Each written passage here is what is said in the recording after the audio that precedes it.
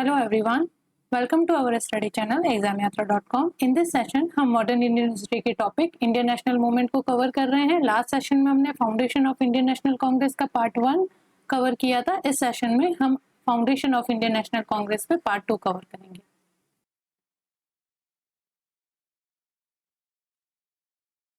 तो last session के अंदर हमने इंडियन नेशनल कांग्रेस की फाउंडेशन देखी थी. There was all 5 phases we have already covered regarding the foundation of Indian National Congress, and we also discussed about the pre-Congress organizations. Pre-Congress organization very important from the exam perspective view. किसी न किसी exam में आपको यहाँ से question मिल सकता है, factual base है, आप इनको थोड़ा सा देख लीजिएगा. Now in this session हम कवर करेंगे, we are starting from the theory of safety wall. This theory is related with the foundation of Indian National Congress. कि जो इंडियन नेशनल कांग्रेस का फाउंडेशन हुआ है ना, उसके ऊपर थ्योरीज है. थ्योरीज कहने का मतलब ये है कि आईएनसी की फॉर्मेशन क्यों हुई, किस एम से हुई, इसका क्या कारण रहा जिसकी वजह से आईएनसी जो है इंडियन नेशनल कांग्रेस उसका फाउंडेशन करना पड़ा. और इसमें एओ ह्यूम की है, जो क्या रोल प्ले किया एओ ह्यूम ने.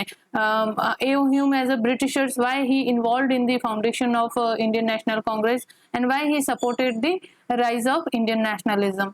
तो all this question we will cover it in these theories, and we will try to understand that what role AO Hume was served in the foundation of Indian National Congress. उसका क्या role रहता है, किस तरह से उसने आईएनसी के foundation के अंदर हेल्प की और क्यों की. ठीक है, तो ये सारे जो चीजें हैं ना, ये इन थ्योरीज में आती है. जो ये थ्योरीज है ये इंडियन नेशनल कांग्रेस के फाउंडेशन के रिगार्डिंग यहाँ पे प्रोपोगेट की गई थी. बिकॉज जो इंडियन नेशनल कांग्रेस का जब फाउंडेशन हुआ ना, तो इस पे वेरियस क्वेश्चन मार्क पुट होते हैं. इसके नेचर के रिगार्डिंग, इसके जो कॉन्स्टिट्यूएंट्स है यानी जो सोशल बेस है उसके रिगार्डिंग इसके ऊपर क्वेश्चन मार्क क्रिएट होते हैं. और जैसे ही एओ ह्यूम एक ब्रिटिशर्स यहाँ पे इन्वॉल्व होता है, तो और ज्यादा जो इसकी क्रेडिटेबिलिटी है उसके ऊपर लोगों के द्वारा जो अदर सेक्शन है जैसे एक्सट्रीमिस्ट है, वो यहाँ पे इंडियन नेशनल कांग्रेस के फाउंडेशन पर क्वेश्चन मार्क रेज करते हैं. तो वही ये जो थ्योरीज है ये इन चीजों को समझाने की कोशिश करती है. तो फर्स्ट थ्योरी हम यहाँ पे लेते हैं, the theory of safety wall. ठीक है, theory of safety wall was propagated by the AO Hume regarding the Indian National Congress. यहाँ पे इंडियन नेशनल कांग्रेस का फाउंडेशन आपको पता ही 1885 में हो गया. फिर बाद में जब हिस्टोरिकल स्टडीज होने लगी after the 1947 when India got freedom, तो उसके बाद जो वेरियस ब्रिटिश डॉक्यूमेंट्स थे here and there like in India and abroad in London, some historical जो डॉक्यूमेंट्स थे उनको ओपन किया गया फॉर द स्टडीज. और जब न्यू स्टडीज यहाँ पे सामने आती है तो न्यू फैक्ट्स भी यहाँ पे न्यू स्टडी होती है तो न्यू फैक्ट सामने आते हैं that put the question mark on safety wall theory. Safety wall theory का कहने का मतलब ये है, ये थ्योरी जो है वो एओ ह्यूम के द्वारा अपनी बायोग्राफी के अंदर प्रोपोगेट की गई थी. और एओ ह्यूम की जो बायोग्राफी है वो विलियम वेडरबर्न ने लिखी थी. तो इसके अंदर एक्सप्लेन किया गया है process of the foundation of Indian National Congress. ठीक है, तो वहां से उनके बायोग्राफी से ये सेफ्टी वॉल थ्योरी जो है वो निकल के आती है. जो सेफ्टी वॉल थ्योरी है ये अब हम डिस्कस करेंगे किस तरह से क्या बात कहता है ये. लेकिन मैं इतना बता दूं कि फिर जो लेटर स्टेट में after the when India got freedom इन 1947 और फ्री इंडिया में जब हिस्टोरिकल स्टडीज होने लगे, वापस हिस्ट्री की री राइटिंग होने लगी, तो वहाँ पे न्यू स्टडीज हुई. और उसके साथ ही जब न्यू डॉक्यूमेंट्स ओपन किए गए, कुछ क्रेडेंशियल्स फैक्ट्स डॉक्यूमेंट्स जब वो ओपन किए गए, तो उनके साथ न्यू फैक्ट्स जो है यहाँ पे सामने आते हैं जो कि इस सेफ्टी वॉल थ्योरी के ऊपर क्वेश्चन मार्क पुट करते हैं. ठीक है, और यहाँ पे क्या क्वेश्चन मार्क पुट करते हैं कि जो सेफ्टी वॉल थ्योरी है that doesn't explain the foundation of Indian National Congress satisfactorily. यानी कि पूर्ण रूप से संतुष्टि के साथ ये जो थ्योरी है that is the safety wall theory, ये इंडियन नेशनल कांग्रेस के फाउंडेशन की प्रोसेस को अच्छे से एक्सप्लेन नहीं करती है. तो ये चीजें होती है. 1913 में जो विलियम वेडरबर्न जो है एओ ह्यूम की बायोग्राफी लिखता है, तो उसमें इंडियन नेशनल कांग्रेस से के फाउंडेशन के रिगार्डिंग सेफ्टी वॉल थ्योरी सामने आती है। और उसमें फिर जब इंडिया आज़ाद हो जाता है 1947 में, जब when India got freedom, new studies होती है, न्यू फैक्ट्स सामने आते हैं, that put the question mark on the safety wall theory. तो अब हम देखते हैं safety wall theory, what it says and what it explain the process of Indian foundation, Indian National Congress, sorry, foundation of Indian National Congress को किस तरह से ये explain करती है।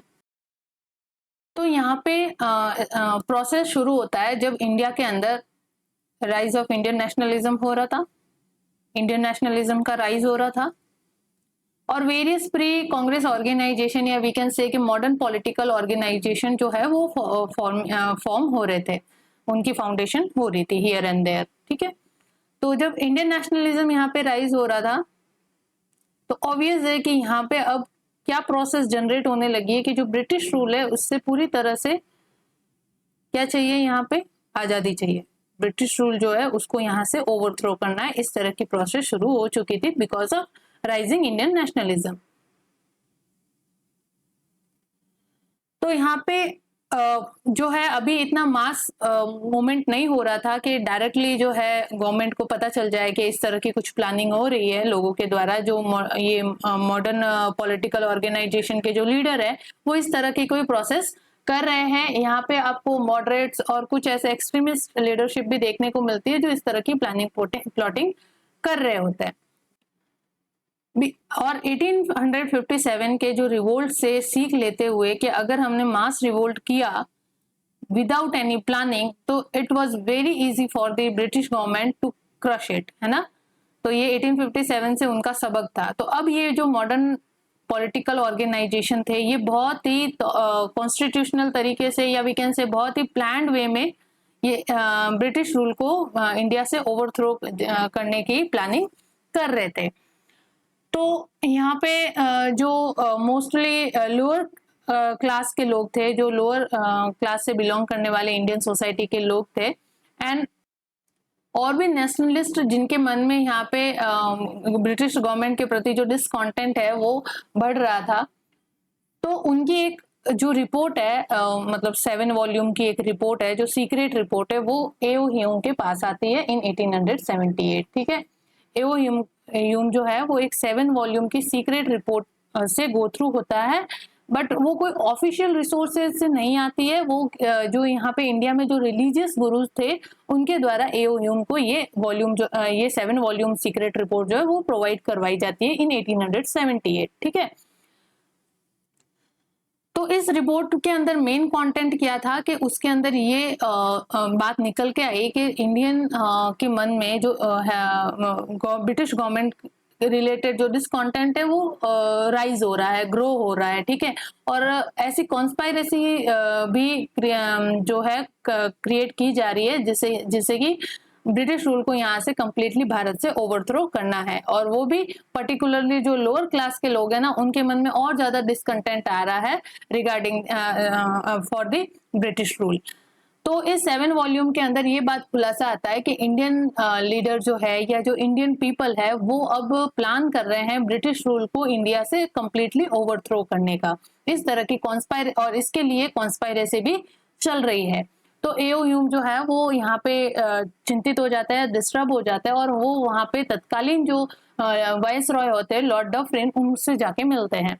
जब वो उनसे जाके मिलते हैं तो इस 7 वॉल्यूम की सीक्रेट रिपोर्ट के बारे में डिस्कस करते हैं, और वो उनको ये कहते हैं कि इस तरह की जो कॉन्स्पायरेसी है वो इंडियंस के द्वारा की जा रही है कि जो ब्रिटिश रूल है उसको कंप्लीटली ओवरथ्रो करो because of the growing discontent, है ना। जो असंतुष्टि मन में ब्रिटिश गवर्नमेंट के रिगार्डिंग जनरेट हो रही है उसकी वजह से यहाँ पे इंडियन चाहते हैं कि हमें अब ब्रिटिश रूल बिल्कुल ही नहीं चाहिए, हमें अपना खुद का भारत पे भारतीयों का ही शासन होगा। इस तरह की जो कॉन्स्पायरेसी है वो चल रही है। तो यहाँ पे जो एओ ह्यूम है, जो ब्रिटिशर थे, एक रिटायर्ड सिविल सर्वेंट थे, वो जाके वहाँ पे वाइस रॉय डफरिन से मिलते हैं और डफरिन को ये सजेस्ट करते हैं कि क्यों ना हम जो एजुकेटेड इंडियंस है, ठीक है, उनको उनका एक ऑर्गेनाइजेशन क्रिएट कर दे, सो दैट कि वो जो है ब्रिटिश गवर्नमेंट से कम्युनिकेट कर दे, यानी कि एओ जो है उसके अंदर मीडिएटर का रोल प्ले करेंगे, और एओ जो है वो जो एजुकेटेड इंडियंस है उनको एक पॉलिटिकल आइडेंटिटी देने के लिए, या जो उनका ग्रोइंग डिसकंटेंट है कि उनको गवर्नमेंट के अंदर शेयर नहीं मिल रहा है, गवर्नमेंट के अंदर उनकी हिस्सेदारी नहीं है, उनको decision making regarding the Indian law and legislature, उनको यहाँ पे पावर नहीं है उस रिलेटेड बात करने के लिए भी, और बजट के ऊपर भी डिस्कस करने के लिए उनको पावर नहीं है। जबकि बजट का जो जितना भी पैसा है वो तो इंडियन टैक्स से आ रहा है, तो Indian tax should be spend on Indians, लेकिन ऐसा कोई भी प्रोविजन यहाँ पे बन नहीं पा रहा है। तो धीरे धीरे क्या ना, ब्रिटिश लोगों के प्रति जो इंडियन लीडर्स है उनके मन में डिसकॉन्टेंट जो है वो जनरेट हो रहा था, ग्रो हो रहा था। तो डफरिन जो एओ जो है वो डफरिन को सजेस्ट करते हैं कि क्यों ना इन एजुकेटेड इंडियंस का एक ऑर्गेनाइजेशन क्रिएट कर दिया जाए, सो दैट कि it will open a communication between the British and Indians. और उसका रिजल्ट क्या निकलेगा कि जब ऐसे गवर्नमेंट और इंडियंस के बीच में बातचीत होगी और कम्युनिकेट होना शुरू हो जाएगा, तो ये जो ग्रोइंग डिसकॉन्टेंट है ना, ये थोड़ा सा स्लो हो जाएगा, या फिर वी कैन से कि खत्म हो जाएगा। और जो ये अब डिसकॉन्टेंट ग्रो होके अगर उसको किसी भी तरह का आउटलेट नहीं मिला, मतलब जो असंतुष्टि जो पैदा हो रही है लोगों के मन में, उसको अगर निकलने का रास्ता नहीं मिला तो वो एक मास रिवोल्ट के अंदर बदल जाएगी। तो क्यों ना इस मास रिवोल्ट को अगर हम रोकना चाहते हैं तो एक काम करते हैं कि एक ऑर्गेनाइजेशन क्रिएट कर देते हैं एजुकेटेड इंडियंस का, या फिर जो मॉडर्न पॉलिटिकल ऑर्गेनाइजेशन के अंदर जो लीडर्स है उनको इकट्ठा करके एक उनका ऑर्गेनाइजेशन क्रिएट कर देते हैं, और उनके साथ फिर हम कम्युनिकेशन स्टार्ट करते हैं, और जो लेजिस्लेचर के अंदर उनकी जो शेयरिंग है वो थोड़ा थोड़ा बढ़ा देते हैं। जो इससे क्या होगा कि वो एजुकेटेड इंडियन है वो पूरे इंडिया को रिप्रेजेंट करेंगे, इंडियन पीपल के ग्रीवेंसेस और इंडियन लोगों के सेंटिमेंट्स को यहाँ पे रिप्रेजेंट करेंगे। तो जो इंडियंस है वो इस नजरिए से देखेंगे इस ऑर्गेनाइजेशन को कि चलो हमारा भी जो रिप्रेजेंटेशन है वो गवर्नमेंट के सामने हो रहा है। तो ये जो डिसकॉन्टेंट है ना, उसको एक सेफ आउटलेट मिल जाएगा। क्या मिल जाएगा? सेफ आउटलेट मिल जाएगा। इस एम से एओ ह्यूम ने फिर इंडियन नेशनल कांग्रेस की स्थापना के अंदर अपना योगदान दिया। ये थ्योरी निकल के आती है एओ ह्यूम के खुद की बायोग्राफी से। तो इस तरह से फिर कांग्रेस का जो है फाउंडेशन होता है। तो Congress created by British as a safety wall that was to provide safe outlet for Indian grievances.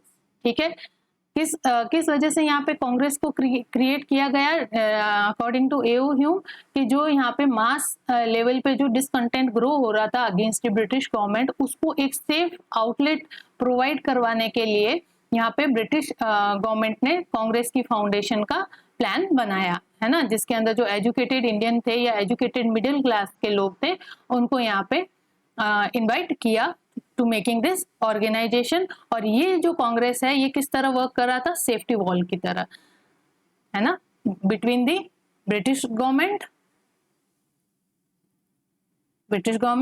And nationalist.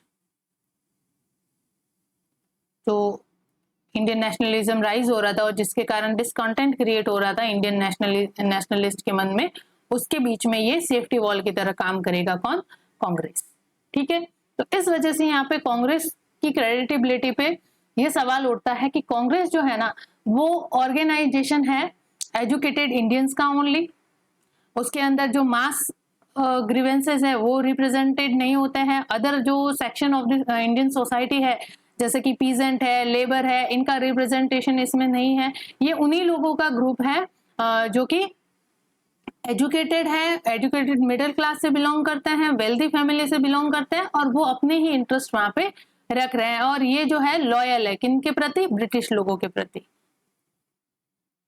इस वजह से आप देखोगे तो जो हमने डिस्कस की थी इंडियन नेशनल कांग्रेस के रिगार्डिंग फेजेस, तो उसके अंदर आपको फर्स्ट फेज के अंदर ही देखने को मिलता है कि जो ये कांग्रेस के मॉडरेट्स जो या अर्ली नेशनलिस्ट जिन्हें कहते हैं, वो किस तरह की अप्रोच अपनाते हैं कि हमें ब्रिटिश लोगों के रूल से कोई प्रॉब्लम नहीं है, हमें जस्ट क्या चाहिए, इंडियन लेजिस्लेशन के अंदर या इंडियन जो गवर्नमेंट है उनके उसके अंदर क्या चाहिए? शेयर चाहिए। भले वो हमें लोकल सेल्फ गवर्नमेंट के रूप में ही दो, लेकिन एटलीस्ट हमारा शेयर जो है वो होना चाहिए। इंडियंस का रिप्रेजेंटेशन भी इंडियन काउंसिल में होना चाहिए, उनका ये था। ठीक है। तो जो एक्सट्रीमिस्ट ग्रुप है यहाँ पे, जैसे कि लाला लाजपत राय, बाल गंगाधर तिलक और विपिन चंद्र पाल, वो थोड़े से एक्सट्रीमिस्ट थे, रेडिकल थे इन पॉलिटिकल अप्रोच। वो फिर इस कांग्रेस की क्रेडिटेबिलिटी पे क्या उठाते हैं, सवाल उठाते हैं ना, क्वेश्चन मार्क पुट करते हैं कि कांग्रेस जो है that was only the group of British loyal people और इंडियन एजुकेटेड पीपल, और यहाँ पे इनका मास या पीजेंट्री है या लेबर है या जो डिप्रेस्ड यहाँ पे इंडियन सोसाइटी के सेक्शन है, उनके ग्रीवेंसेस से इनको कोई लेना देना नहीं है। They only put their interest in front of the British government. तो यहाँ पे सेफ्टी वॉल थ्योरी का मेन जो एम है वो क्या है, it's provide safe outlet for the Indian grievances या इंडियन डिस्कॉन्टेंट, ठीक है। तो question can be rise from here के who propagated the theory of safety wall, that is AO Hume. Regarding which organisation भी पूछ सकते हैं, है ना, तो इंडियन नेशनल कांग्रेस। और main aim of the safety wall theory was that provide the safe outlet for Indian grievances और safe outlet for Indian discontent। तो यहाँ पे इस पेज से आपके इतने सारे क्वेश्चन बन जाते हैं। और इंडियन नेशनल कांग्रेस का जो फाउंडेशन हुआ तो वाइसरॉय कौन थे आपके, लॉर्ड डफरिन। और एओ ह्यूम जो थे उनका रोल रहता है आईएनसी के फॉर्मेशन के अंदर, बिकॉज एओ ह्यूम जो है यहाँ पे मीडिएटर के रूप में वर्क करते हैं according to safety wall theory, ठीक है। तो यहाँ पे सेफ्टी वॉल थ्योरी के अंदर एओ ह्यूम जो है वो ब्रिटिश और इंडियन नेशनलिस्ट के बीच में मीडिएटर का रोल प्ले करते हैं, और इस वजह से इंडियन नेशनल कांग्रेस की क्रेडिटेबिलिटी पे सवाल उठते हैं कि ये जो इंडियन नेशनलिस्ट है उनका ग्रुप ना होके जो ब्रिटिश के प्रति लॉयल है उनका एक ग्रुप है, और इस वजह से ये जस्ट दिखावा कर रहे हैं to represent the grievances of Indian masses. तो ये जो थ्योरी है safety wall theory, it become the basis for new theories like conspiracy theory, ठीक है। तो ये सारी थ्योरी जो है ना ये इंडियन नेशनल कांग्रेस के फाउंडेशन के रिगार्डिंग है। तो सेफ्टी वॉल थ्योरी को जो एक्सट्रीमिस्ट लीडर थे इंडियन नेशनल कांग्रेस के, या जो कांग्रेस की लीडरशिप में जो एक्सट्रीमिस्ट थे, मॉडरेट और एक्सट्रीमिस्ट है ना, मॉडरेट क्या थे, जो ब्रिटिश रूल को यहाँ से ओवरथ्रो नहीं करना चाहते थे, बट जस्ट गवर्नमेंट में अपना शेयर मांग रहे थे with the help of constitutional method, और कंप्लीटली जो moderate way of demand use करके वो इस चीज को अचीव करना चाहते थे। जबकि उसके ऑपोजिट एक्सट्रीमिस्ट जो थे वो रेडिकल इन नेचर थे, वो कंप्लीटली जो ब्रिटिश रूल है उनको यहाँ से ओवरथ्रो करने जैसे चाहते थे, या फिर वी कैन से कि कंप्लीट जो पावर ट्रांसफर है वो चाहते थे, और मॉडरेट चेंजेस नहीं चाह के वो रेडिकल चेंजेस चाहते थे। और ग्रेजुअली जैसे कि मॉडरेट सोचते थे कि ग्रेजुअली ये चीज़ें होगी, धीरे धीरे हम जो ब्रिटिश गवर्नमेंट है उनसे इंडिया के रिगार्डिंग जो है वो लॉ मेकिंग करवाएंगे, या इंडिया के रिगार्डिंग या जो फ्री इंडिया है उसका सपना जो है वो धीरे धीरे हमें प्राप्त होगा by making pressure on government like various वे, जैसे कि कॉन्स्टिट्यूशनल मेथड यूज करके, लेजिस्लेचर मेथड यूज करके, है ना, इस तरीके से। So moderates here want to carve out the dream of free India with the in the gradual manner, but extremists जो थे वो चाहते थे कि नहीं, जो होगा वो spontaneous होगा और जो रेडिकल मेथड के साथ होगा।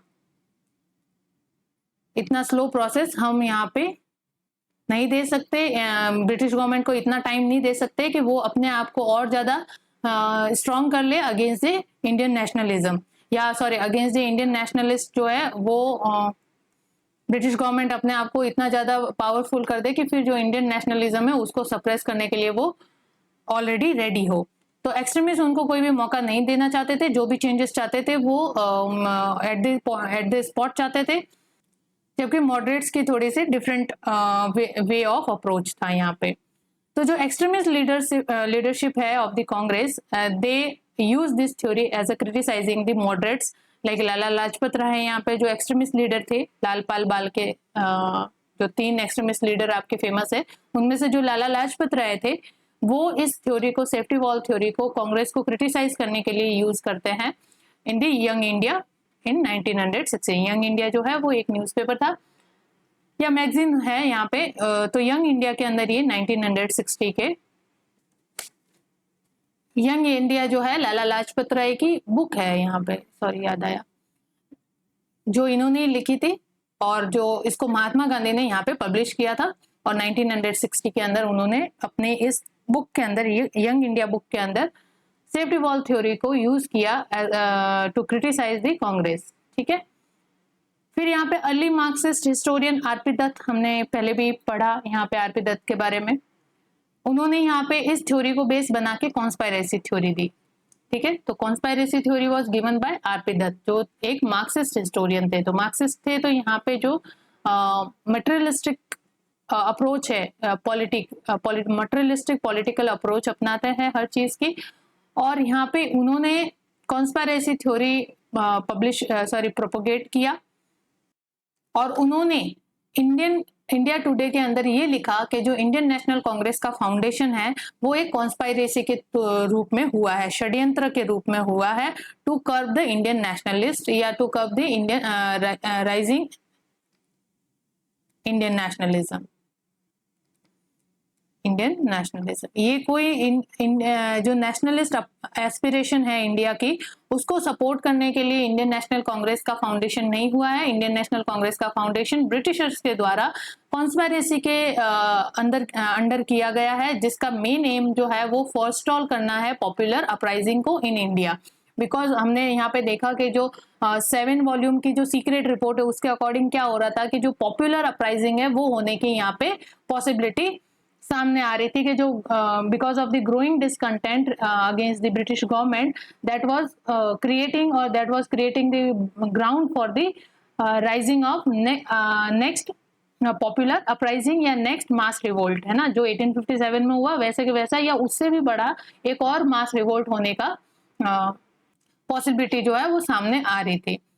तो आरपी दत्त भी यही कहते हैं कि जो इंडियन नेशनल कांग्रेस है उसका फाउंडेशन ब्रिटिशर्स के द्वारा कॉन्स्पायरेसी के थ्रू हुआ है, जिसका मेन एम क्या है, फोरस्टॉल करना पॉपुलर अपराइजिंग को या मास रिवोल्ट जो होने वाला है उसको कंप्लीटली यहाँ पे होने से पहले ही खत्म कर देने की वजह से हुआ है। और जो इंडिया बुर्जुआ क्लास है, जो हम जिसको इंडियन मिडिल क्लास कह रहे हैं, वो इसका पार्ट है।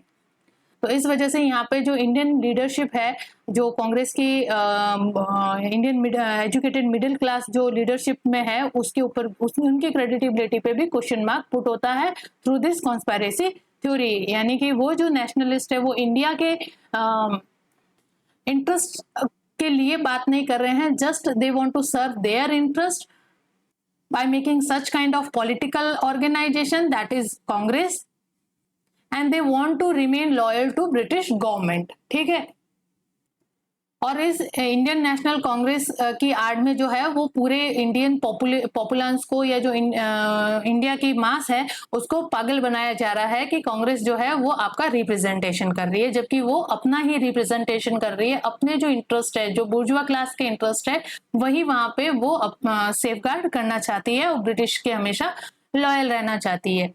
तो इस तरह के जो क्वेश्चन मार्क है वो इंडियन नेशनल कांग्रेस के फाउंडेशन पे क्रिएट होते हैं।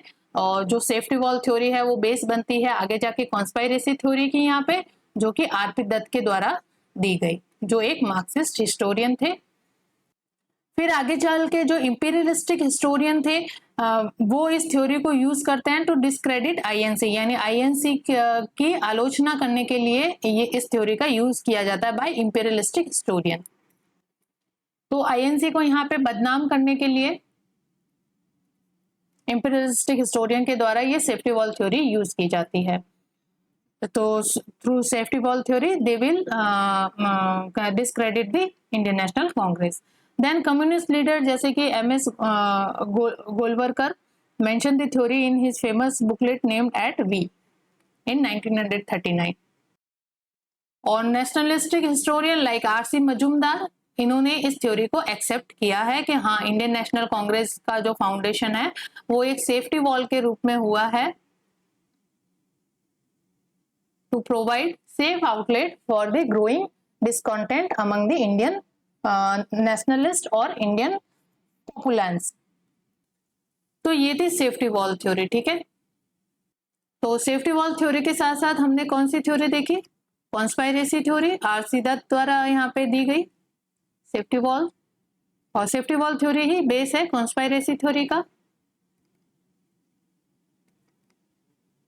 और लाला लाजपत राय ने जो यंग इंडिया के अंदर क्रिटिसाइज किया है ना सेफ्टी वॉल्व थ्योरी का यूज करके, उनमें उन्होंने लाइटनिंग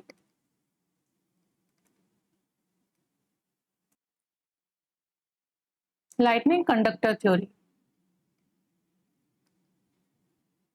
जो लाला लाजपत राय के द्वारा दी गई on the base of safety valve theory, उन्होंने ये कहा कि जो एओ ह्यूम को जो ये इंडियन नेशनल या अर्ली नेशनलिस्ट है या कांग्रेस के जो लीडर है, उन्होंने एओ ह्यूम को एज अ कैटलिस्ट के रूप में यूज किया। कंडक्टर का काम क्या होता है यहाँ पे? स्पार्क जनरेट करना। तो एओ ह्यूम ने यहाँ पे जो एक मॉडर्न पॉलिटिकल या पान इंडिया पॉलिटिकल ऑर्गेनाइजेशन के क्रिएशन के लिए एओ ह्यूम जो है वो कंडक्टर का काम करते हैं, या फिर we can say lightning spark करने का काम करते हैं। तो एओ ह्यूम को कांग्रेस लीडर्स ने जो अर्ली नेशनलिस्ट है उन्होंने कंडक्टर के रूप में या कैटलिस्ट के रूप में काम किया, जिन्होंने इस इंडियन नेशनल कांग्रेस के फाउंडेशन के अंदर अपना रोल प्ले किया, उसके फाउंडेशन के अंदर अपना कंट्रीब्यूशन दिया, जिस वजह से यहाँ पे अर्ली नेशनलिस्ट जो अपने पॉलिटिकल और जो इकोनॉमिक डिमांड है या इकोनॉमिक जो एस्पिरेशन है उसको फुलफिल कर सके through this Indian National Congress.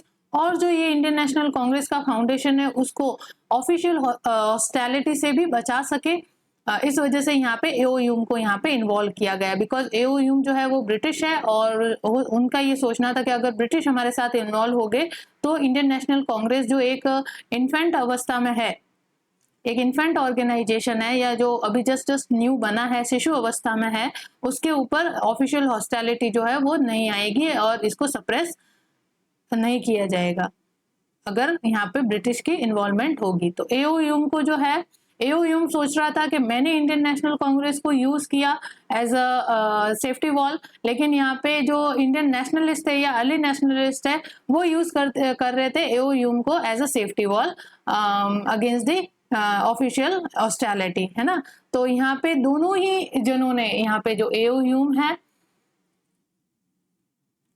और जो अर्ली नेशनलिस्ट है उन्होंने दोनों ने ही एक दूसरे का यहाँ पे यूज लिया है, ठीक है। एओ ह्यूम ने सोचा कि जो ग्रोइंग डिसकंटेंट है उसको एक सेफ आउटलेट प्रोवाइड करवा दिया जाएगा, अगर प्रोवाइड हो जाएगा, अगर आईएनसी फॉर्मेट हो जाता है तो ब्रिटिश गवर्नमेंट के अगेंस्ट जो ये मास कॉन्स्पायरेसी हो रही है या जो मास अपराइजिंग या पॉपुलर अपराइजिंग हो रही है उसको यहाँ पे उसको यहाँ पे डिस्पर्स किया जा सके। तो एओ ह्यूम ऐसा सोच रहे थे, जबकि अर्ली नेशनलिस्ट सोच रहे थे कि एओ ह्यूम को अगर हम शामिल कर लेते हैं अपने साथ तो जो ये इंडियन नेशनल कांग्रेस का जो फाउंडेशन है उसको ऑफिशियल हॉस्टिलिटी जो है वो फेस नहीं करनी पड़ेगी। तो यहाँ पे दोनों ही एक दूसरे का यहाँ पे यूटिलाइजेशन कर रहे थे। तो ये है सेफ्टी वॉल थ्योरी, ठीक है। तो सेफ्टी वॉल थ्योरी जो है वो इंडियन नेशनल कांग्रेस के फाउंडेशन के रिगार्डिंग एक थ्योरी दी गई है, जिसने यहाँ पे इंडियन नेशनल कांग्रेस की क्रेडिटेबिलिटी पे क्वेश्चन उठाया है। सॉरी, इंडिया जो सेफ्टी वॉल थ्योरी है ना उसकी वजह से इंडियन नेशनल कांग्रेस की जो क्रेडिटेबिलिटी है उस पर क्वेश्चन उठते हैं। लेकिन जब 1950s के बाद जब वापस जब इंडिया आजाद हो जाता है, इंडिया को फ्रीडम मिल जाती है, तो उसके बाद न्यू स्टडीज यहाँ पे होती है जिसके लिए यहाँ पे जो न्यू हिस्टोरिकल डॉक्यूमेंट्स है उनको ओपन किया जाता है। तो यहाँ पे देखा जाता है कि जो 7 वॉल्यूम सीक्रेट रिपोर्ट की जो यहाँ पे बात की जा रही थी, जिसके थ्रू एओ ह्यूम को ये पता चला कि इंडियन जो मास है वो कॉन्स्पायरेसी क्रिएट कर रही है to overthrow British rule from India. तो उसको ये 7 वॉल्यूम सीक्रेट रिपोर्ट का ट्रेस कहाँ पे भी या किसी भी आर्कीव के अंदर, आर्कीव यानी भी हिस्टोरियल डॉक्यूमेंट्स के अंदर, चाहे वो इंडिया में हो, लंदन में हो, कहीं पे भी इसका जिक्र नहीं होता है कि 7 वॉल्यूम सीक्रेट रिपोर्ट जो है, ऐसी कोई रिपोर्ट एओ ह्यूम को मिली थी। तो उसको यहाँ पे इस तरह के कोई भी इसके रिगार्डिंग 7 वॉल्यूम सीक्रेट रिपोर्ट के रिगार्डिंग जो है वो कोई भी सपोर्टिव डॉक्यूमेंट या वी कैन से आर्कीव जो है वो नहीं मिल पाते हैं।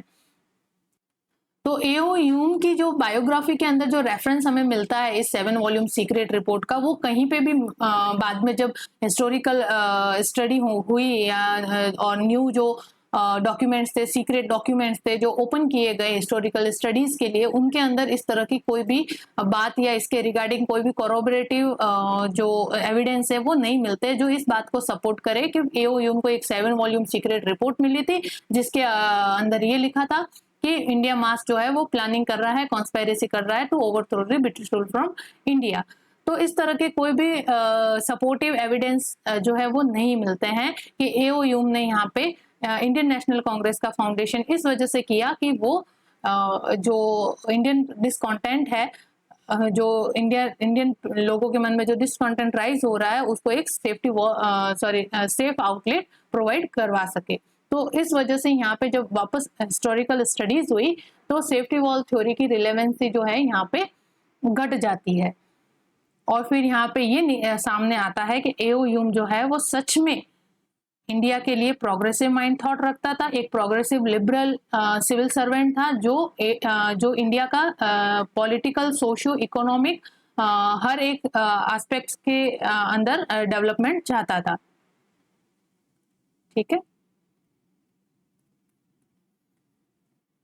तो बाद में जो स्टडी हुई तो सेफ्टी वॉल थ्योरी के ऊपर क्वेश्चन मार्क पुट होते हैं। और अगर रही बात यहाँ पे एओ ह्यूम के पार्टिसिपेशन को लेके इंडियन नेशनल कांग्रेस में जो क्वेश्चन मार्क उठते हैं कि ये ब्रिटिश है और ये ब्रिटिश का एजेंट के रूप में इंडियन नेशनल कांग्रेस में वर्क कर रहा था, वो चाह रहा था कि जो ग्रोइंग डिसकंटेंट है अमंग द इंडियन नेशनलिस्ट उसको यहाँ पे धीरे धीरे जो है वो एक सेफ आउटलेट प्रोवाइड करवा के ये जो नेशनलिज्म की एक स्ट्रीम जो है वो उसको डिस्पर्स कर सके। लेकिन ऐसा नहीं है। आप अगर देखोगे जो ह्यूम जो है वो डफरिन से शिमला में मिलता है 1885 में मई के अंदर। ठीक है, उसने यहाँ पे इमिनेंट इंडियन रिवोल्ट जो है उसका आइडिया रिप्रेजेंट किया। उसने डफरिन को यहाँ पे चेताया कि अगर अभी भी ब्रिटिश गवर्नमेंट अगर इंडियन लोगों के प्रति जो है सीरियस नहीं होती है तो यहाँ पे मास रिवोल्ट होने की एक पॉसिबिलिटी जो है वो सामने आ रही है, जैसा कि 1857 में हुआ। 1857 में भी सब लोग जो तंग आके ही तो यहाँ पे मास रिवोल्ट करता है, रिलीजियसली कह दो, सोशली कह दो, इकोनॉमिकली कह दो, पॉलिटिकली कह दो, सब लोग जो है वो डिसकंटेंट इसी वजह से ग्रो हुआ था कि ब्रिटिश गवर्नमेंट जो है हर एक सेक्शन के अंदर या हर एस्पेक्ट से जो इंडियन सोसाइटी है उसका एक्सप्लॉयटेशन कर रही है। और अभी भी वही एटीट्यूड जो है उनका चल रहा था, यानी टोटली इंपीरियलिस्टिक या कॉलोनियल कैरेक्टर जो है वो बना हुआ था।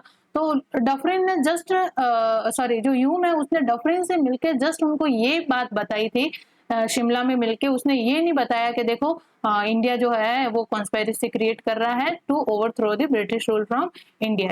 डफरिन ने उनको इतना ही चेताया था कि अगर अभी भी आप जो है इंडिया के डेवलपमेंट को लेके या इंडिया के इकोनॉमिक, पॉलिटिकल, सोशल डेवलपमेंट को लेके वर्क नहीं करोगे तो हो सकता है यहाँ पे एमिनेंट इंडियन रिवोल्ट हो और जिसका हर्जाना तुम्हें भुगतना पड़े। तो इन्होंने ह्यूम ने जाके डफरिन से ये बात की थी। और ह्यूम एक्चुअली चाहते थे कि इंडिया का पॉलिटिकल, सोशो पॉलिटिकल और इकोनॉमिकली डेवलपमेंट हो। तो यहाँ पे वाइस रॉय जो उस समय का था उसको जाके ये बात बताना जरूरी है कि इंडियन नेशनलिस्ट है उनको भी एक पॉलिटिकल प्लेटफॉर्म प्रोवाइड करवाया जाना चाहिए जिसके थ्रू वो इंडियन लोगों का, जो इंडियन सोसाइटी है उनका रिप्रेजेंटेशन कर सके, उनके ग्रीवेंसेस जो है, उनके जो डिमांड है वो जो उनके पॉलिटिकल और इकोनॉमिक एस्पिरेशन है उसको यहाँ पे रिप्रेजेंट कर सके। ऐसा होना जरूरी है। ऐसे बात करने के लिए वो शिमला गए थे डफरिन से, है ना। लेकिन डफरिन ने उनको सीरियसली यहाँ पे नहीं लिया और डफरिन ने बस उसको इतना बात समझ में आई कि हाँ जैसे 1857 में हुआ था रिवोल्ट, हो सकता है वापस इंडियन सोसाइटी जो है हमारे अगेंस्ट जो है वो रिवोल्ट करे। तो डफरिन ने जो उस समय जो बॉम्बे का गवर्नर था रे नाम का, उसको मई 1885 में एक लेटर लिखता है जिसके अंदर वो ये कहता है कि कीप अ लूप, यानी कि ध्यान रखना यहाँ पे मतलब बॉम्बे के अंदर जो इंडियन नेशनल कांग्रेस के ये लीडरशिप जो गैदर हो रहे हैं, जो डेलीगेट्स जो है वो इकट्ठा हो रहे हैं और मीटिंग्स कर रहे हैं, वो हो सकता है मास रिवोल्ट के अंदर बदल जाए या किसी रिवोल्ट की जो पॉसिबिलिटी है वो वहां पे हो सकती है। तो तुम थोड़ा सा यहाँ पे ध्यान रखना। बिकॉज हमने देखा कि आईएनसी का जो पहला जो सेशन था वो कहाँ होने वाला था, पुणे में, लेकिन पुणे में कॉलेरा फैल जाने की वजह से वो उसका फिर कहाँ पे हो गया शिफ्ट, बॉम्बे में। तो बॉम्बे में मिलने जा रहे हैं इंडियन नेशनल कांग्रेस के डेलीगेट। तो रे को डफरिन ने कहा कि तुम थोड़ा सा ध्यान रखना, है ना। और डफरिन ने उस लेटर के अंदर क्या टर्म लिखी थी पता है कांग्रेस के लिए? यूम्स कांग्रेस। क्या कहा उसने? यूम्स कांग्रेस, यानी यूम का कांग्रेस इन द लेटर। तो इससे ये क्या जाहिर होता है, क्या एओयूम अगर एजेंट होता ब्रिटिश गवर्नमेंट का, तो क्या डफरिन जो है वो इस तरह से राइटिंग लिखते कि यूम का कांग्रेस? यूम का कांग्रेस कैसे हो गया? ये तो इंडियन नेशनलिस्ट का कांग्रेस है। और यूम तो अगर एजेंट के रूप में वर्क करता तो फिर डफरिन जो है वो इस तरह की टर्मिनोलॉजी थोड़ी ना यूज करता। तो उसने यूम्स कांग्रेस लिख के ये रिप्रेजेंट किया कि एओयूम जो है वो वास्तव में इंडियन नेशनलिज्म को यहाँ पे रिप्रेजेंट कर रहा था, इंडियन नेशनलिज्म को यहाँ पे सपोर्ट कर रहा था, ठीक है। और उसके बाद डफरिन जो है, जब एओयूम से मीटिंग वगैरह हो गई, तो इसके बाद से जब कांग्रेस का फाउंडेशन हो जाता है 1885 के अंदर, तो डफरिन का एटीट्यूड जो यूम के लिए है वो क्रिटिकल हो जाता है। तो after the foundation of Indian National Congress, Dufferin began to show critical attitudes toward the Hume।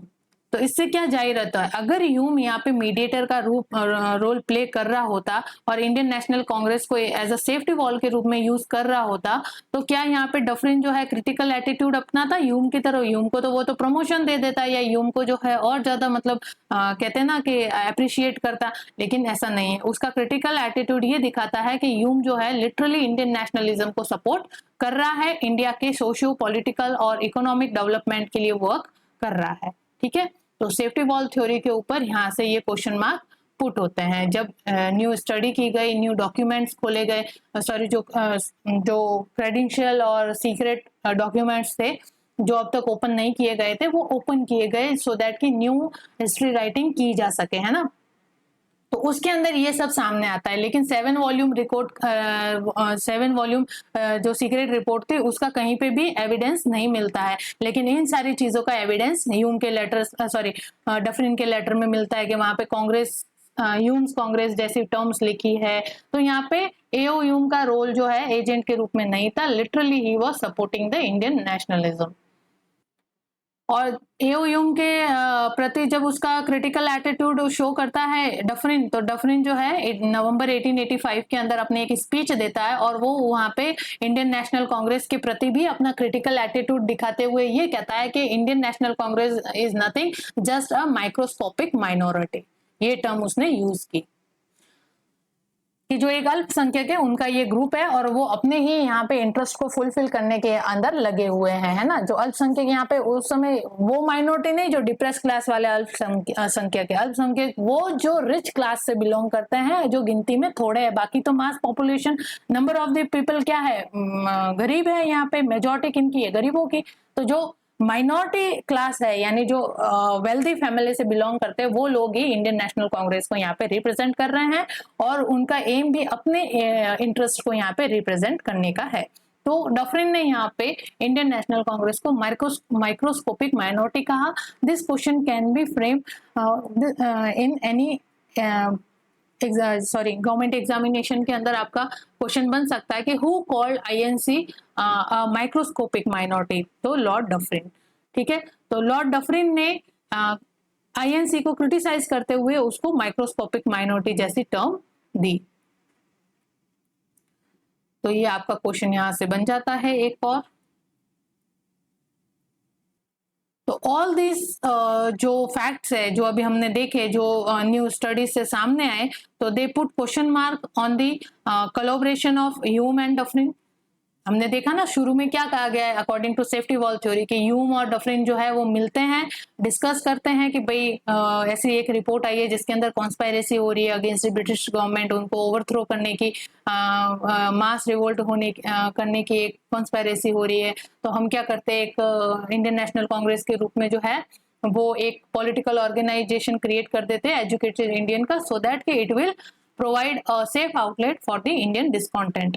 तो इंडिया डफरिन और ह्यूम का कोलैबोरेशन का कोई भी जो फैक्ट है वो सामने नहीं आता है।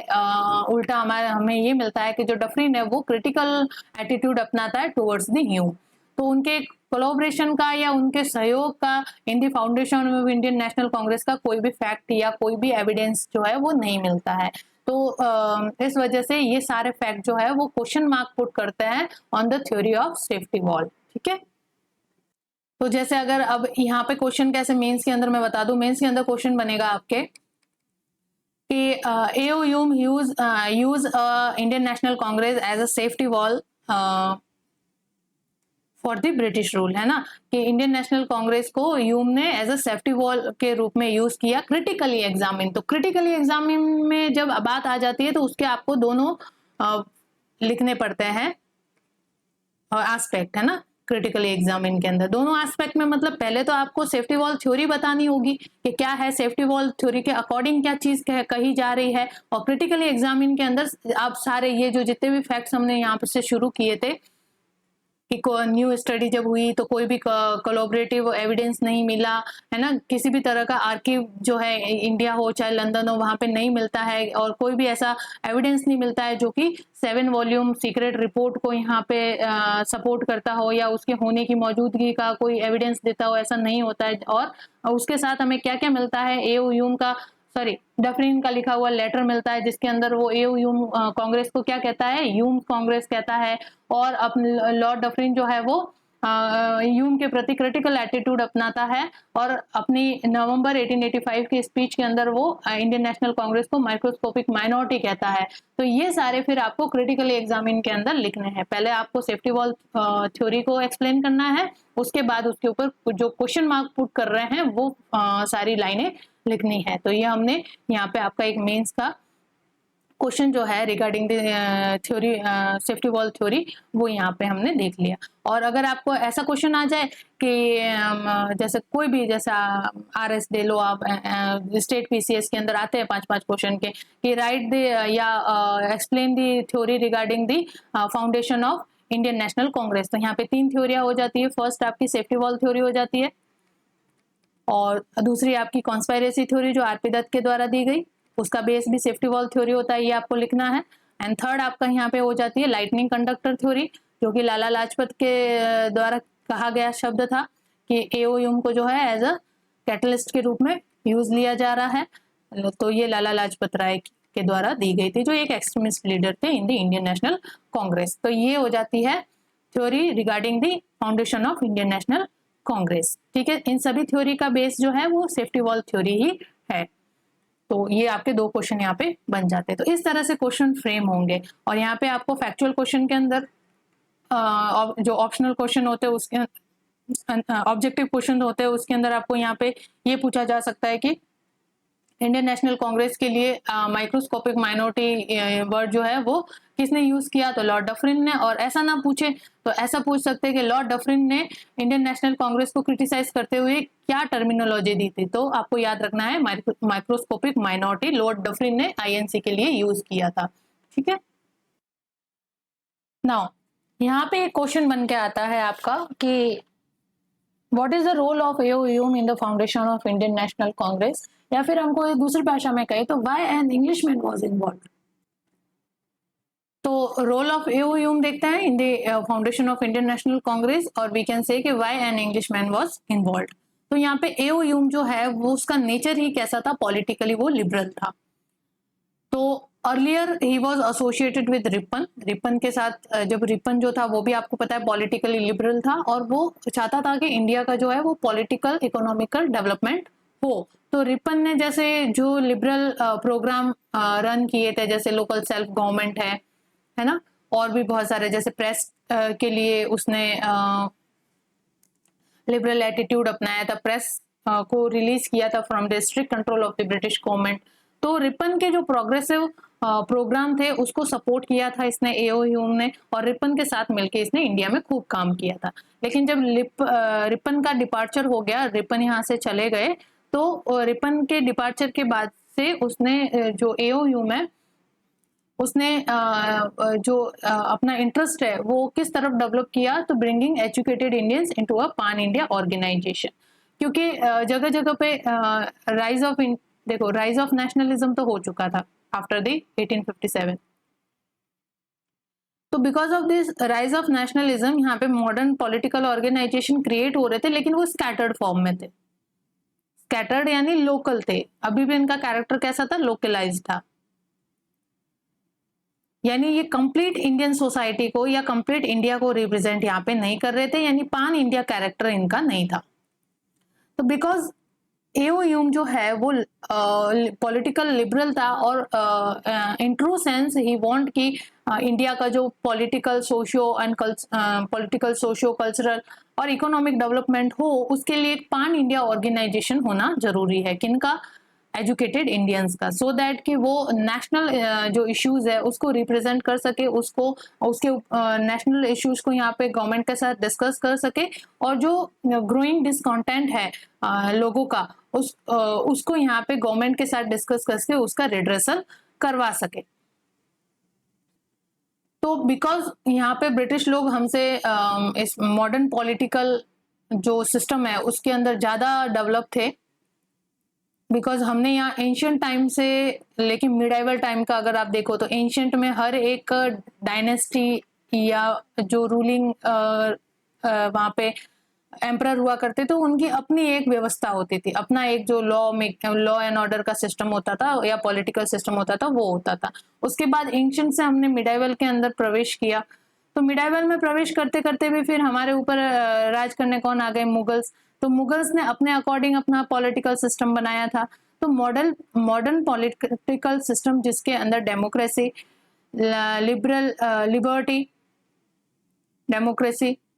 लिबर्टी और इक्वालिटी की जैसी जो चीजें हैं ये हमसे थोड़ी सी हमें इससे थोड़ा सा एक्सपोजर नहीं थे, हम इंडियंस का एक्सपोजर इन चीजों से मॉडर्न पॉलिटिकल सिस्टम से नहीं था। तो जो ब्रिटिश थे वो इस मामले में थोड़े से हमसे एडवांस थे। तो इस वजह से जो रिपन है वो उसको पता था कि क्या होना चाहिए जिस वजह से इंडिया जो है वो अपने ग्रोइंग डिसकंटेंट को एक प्लेटफॉर्म प्रोवाइड करवा सकता है। तो उसके लिए एक पान इंडिया फोरम होना जरूरी है, ये एओ ह्यूम का पता था।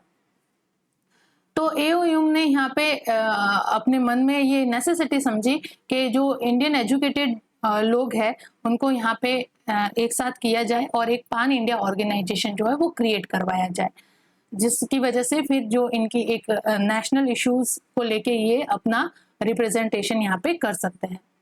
बिकॉज उसको पता था अगर पान इंडिया ऑर्गेनाइजेशन या पान इंडिया पॉलिटिकल ऑर्गेनाइजेशन क्रिएट नहीं किया तो ये जो ग्रोइंग डिसकंटेंट है ये मास रिवोल्ट के अंदर बदलेगा, जैसे कि 1857 में हुआ। और मास रिवोल्ट को फिर क्रश करना या फिर डिस्पर्स करना इजी होता है ब्रिटिश गवर्नमेंट के लिए, ठीक है ना। किसी भी तरह की अगर वायलेंस अगर यहाँ पे होती है तो वापस जो ये नेशनलिज्म है उसको क्रश कर दिया जाएगा। अगर नेशनलिज्म को यहाँ पे सस्टेन रखना है और उसको एक राइट पाथ देना है सो दैट कि वो कार्व आउट कर सके the idea of free India और we can say the dream of free India को कार्व आउट कर सके, तो उसके लिए जो है एक modern political pan India modern political organisation होना जरूरी है।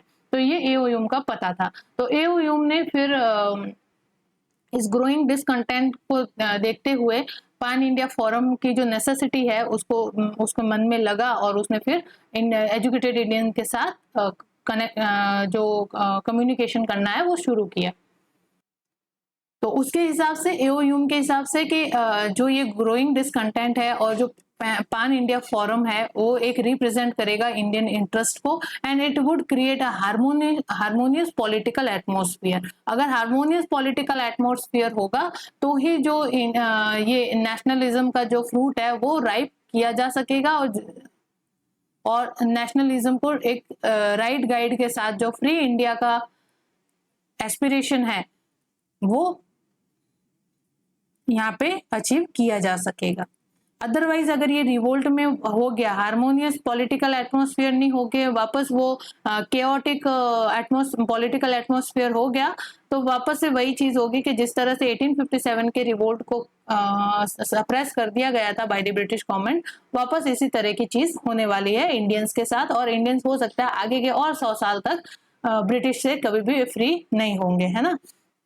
तो ये एओ ह्यूम का फोरसाइटनेस था या दूरदृष्टि दृष्टिता जिसे कहते हैं। और ये एओयूम सोच रहे थे, और इसी के साथ because of the growing national rise of nationalism 70s और 80s के अंदर आते आते जो पैन इंडिया ऑर्गेनाइजेशन है उसका होना या उसका क्रिएशन होना भी जो है वो इनएविटेबल हो चुका था, जो अनिवार्य हो चुका था, है ना। तो यहाँ से all pan India political organisation का होना भी इनएविटेबल हो चुका था, और एओयूम का जो इंटरेस्ट था इस तरफ जो डेवलप हुआ था वो भी यहाँ पे साइमल्टेनियसली ग्रो कर रहा था, कि उसको भी लग रहा था कि पैन इंडिया पॉलिटिकल ऑर्गेनाइजेशन होना जरूरी है, और यहाँ पे सिचुएशन भी ऐसी क्रिएट हो रही थी, जो पॉलिटिकल एटमोस्फियर भी ऐसा हो चुका था कि वो भी पैन इंडिया पॉलिटिकल ऑर्गेनाइजेशन के क्रिएशन को सपोर्ट कर रही थी सारी सिचुएशंस। तो यहाँ पे दोनों ही चीजें साइमल्टेनियस हो जाती है, और फिर फाउंडेशन होता है इंडियन नेशनल कांग्रेस का with the help of A O Hume in 1885। तो यहाँ पे एओयूम का इंटरेस्ट और inevitability of the foundation of pan India political organisation coincide करती है ना, संयोग से ये एक साथ हो जाती है, और यहाँ पे हमको इंडियन नेशनल कांग्रेस का फाउंडेशन देखने को मिलता है, जो एक pan India modern political organisation के रूप में निखर के आता है। तो यहाँ पे हिस्टोरियन सुमित सरकार जो है वो लिखते हैं कि AO Hume only took the advantage of this scenario, nothing more. ठीक है, कि एओयूम ने इस सिनेरियो का, जो पॉलिटिकल सिनेरियो क्रिएट हुआ था for the inevitability of the foundation of pan India organisation, pan India political organisation, उस सिचुएशन का बस उन्होंने एडवांटेज उठाया है और कुछ भी नहीं है। और यहाँ पे जो नेशनल लीडर थे उन्होंने एओयूम की इन्वॉल्वमेंट क्यों रखी, यहाँ पे मैंने समझाया कि उन्होंने यहाँ पे ऑफिशियल सस्पिशियस और ऑफिशियल हॉस्टिलिटी को यहाँ से ऑस्विच करने के लिए, या वी कैन से कि अवॉइड करने के लिए जो नेशनल लीडर थे उन्होंने एओयूम को अपने साथ लिया, बिकॉज ही वॉज ब्रिटिश, और ब्रिटिश होने की वजह से इस फाउंडेशन को, जो ये इन्फेंट पॉलिटिकल ऑर्गेनाइजेशन क्रिएट हुआ है आईएनसी के रूप में, उसको ऑफिशियल हॉस्टिलिटी जो है वो फेस नहीं करनी पड़ेगी। तो यहाँ पे नेशनलिस्ट लीडर ने एओयूम का यूज किया, और एओयूम ने यहाँ पे इंडियन नेशनल कांग्रेस का यूज लिया। क्या यूज तो क्या लिया, उसने सपोर्ट ही किया है यहाँ पे इंडियन नेशनल कांग्रेस के फाउंडेशन को, and giving the all India platform for the political aspiration of national leader. लेकिन वो अकॉर्डिंग टू थ्योरी, जो लाइटनिंग कंडक्टर थ्योरी है और जो कॉन्स्पायरेसी थ्योरी, उसके अकॉर्डिंग ये है कि ये नेशनलिस्ट लीडर एओयूम का यूज ले रहे थे एज अ कैटलिस्ट, और एओयूम जो है वो सेफ्टी वॉल्व की तरह इंडियन नेशनल कांग्रेस का यूज ले रहा था। वो थ्योरी की बात है। और यहाँ पे early nationalist leader Gopal Krishna Gokhale, जो गांधी जी के यहाँ पे पॉलिटिकल गुरु थे, उन्होंने यहाँ पे लिखा कि अगर इंडियन नेशनल कांग्रेस के फाउंडर के रूप में अगर इंग्लिशमैन यहाँ पे इन्वॉल्व नहीं होता, तो जो अथॉरिटी है, ब्रिटिश अथॉरिटी है, वो किसी ना किसी, कोई ना कोई रास्ता ढूंढ लेती, सम वे और अदर वे, कोई भी रास्ता ढूंढ लेती टू सप्रेस दिस मूवमेंट। ठीक है, तो यहाँ पे एओयूम का जो रोल है वो बहुत ही इंपॉर्टेंट रहा। इस वजह से आईएनसी जो है उसने अपने अर्ली स्टेज में ही जो ब्रिटिश रूल अथॉरिटी की जो हॉस्टिलिटी है या ऑफिशियल हॉस्टिलिटी है वो फेस नहीं की, और आईएनसी जो है बाद में नेशनलिस्ट पॉलिटिकल ऑर्गेनाइजेशन के रूप में आता है, और जिसने इंडिया के पॉलिटिकल और इकोनॉमिक एस्पिरेशन को गवर्नमेंट के सामने रखा, और फाइनली जो फ्री इंडिया का जो एस्पिरेशन है उसको अचीव किया। फ्री इंडिया का एस्पिरेशन जो है उसको अचीव किया। अगर ये इनिशियल स्टेज में ही आईएनसी ने अगर ऑफिशियल हॉस्टिलिटी अगर फेस कर ली होती, अगर एओयूम का यहाँ पे इन्वॉल्वमेंट नहीं होता और खाली इंडियंस होते, तो इंडियंस के अगेंस्ट जो है वो यहाँ पे ऑफिशियल हॉस्टिलिटी हो सकती थी। Because of this involvement of this great Englishman, government authority, Indian National Congress did not find any official hostility, did not face any official hostility। तो ये अर्ली नेशनलिस्ट का कहना था रिगार्डिंग द एओयूम। एंड सो एओयूम जो है यहाँ पे चीफ ऑर्गेनाइजर के रूप में इंडियन नेशनल कांग्रेस के लिए चीफ ऑर्गेनाइजर के रूप में वर्क करते हैं। तो यहाँ पे हिस्टोरियन बिपिन चंद्र जो है, वेरी फेमस हिस्टोरियन, उनका एक रिलेवेंट स्टेटमेंट है in this context, A O Hume और आईएनसी के फाउंडेशन के रिलेटेड, कि if A O Hume and other English liberals hope to use INC as a safety wall, the Congress leader hope to use Hume as a lightning conductor. वही बात मैंने बताई आपको कि यहाँ पे अगर एओ ह्यूम और इंग्लिश लिबरल्स जो थे वो ये सोच रहे थे कि आईएनसी को एज अ सेफ्टी वॉल के रूप में यूज किया जाए, तो साइमल्टेनियसली यहाँ पे कांग्रेस लीडर जो है वो ये सोच रहे थे, इस आशा में थे कि ह्यूम को एज अ लाइटनिंग कंडक्टर या कैटलिस्ट के रूप में हम यहाँ पे वर्क करें इन the foundation of Indian National Congress. Official hostility authority के द्वारा जो सस्पिशियस है उसको यहाँ से रिमूव करने के लिए या अवॉइड करने के लिए इंडियन कांग्रेस जो कांग्रेस लीडर थे उसने एओ ह्यूम को इन्वॉल्व किया, और एओ ह्यूम और इंग्लिश लिबरल जो है उन्होंने आईएनसी को एज ए सेफ्टी वॉल के रूप में यूज किया। ठीक है ना, अगर ये इफ की बात है, इफ एओ ह्यूम और इंग्लिश लिबरल आईएनसी को सेफ्टी वॉल के रूप में यूज कर रहे थे, तो कांग्रेस लीडर भी एओ ह्यूम को एज ए लाइटनिंग कंडक्टर के रूप में यूज कर रहे थे। ठीक है, तो यहाँ पे AO Hume as a chief organiser work करते हैं for the INC first, and then he work as a general secretary of INC.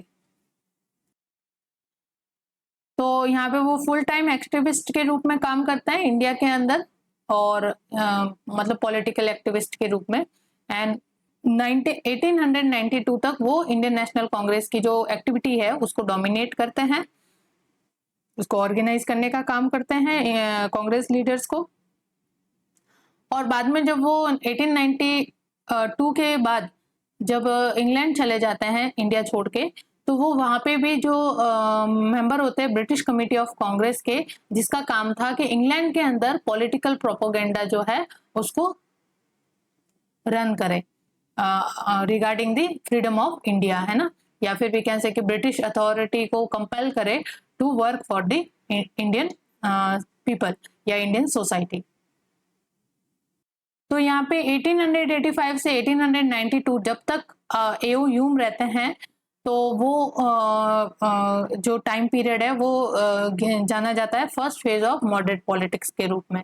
और मॉडरेट पॉलिटिक्स की जो सेकंड फेज आती है वो आती है 1892, जब एओ ह्यूम यहाँ से चले जाते हैं और कंप्लीटली जो लीडरशिप है वो कांग्रेस लीडर्स या जो अर्ली नेशनलिस्ट है मॉडरेट्स के हाथ में होती है।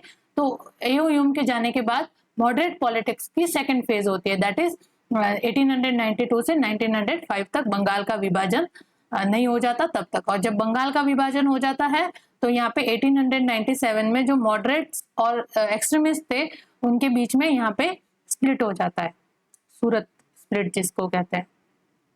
सूरत के अंदर सेशन होता है, उसमें मॉडरेट और एक्सट्रीमिस्ट है वो अलग हो जाते हैं।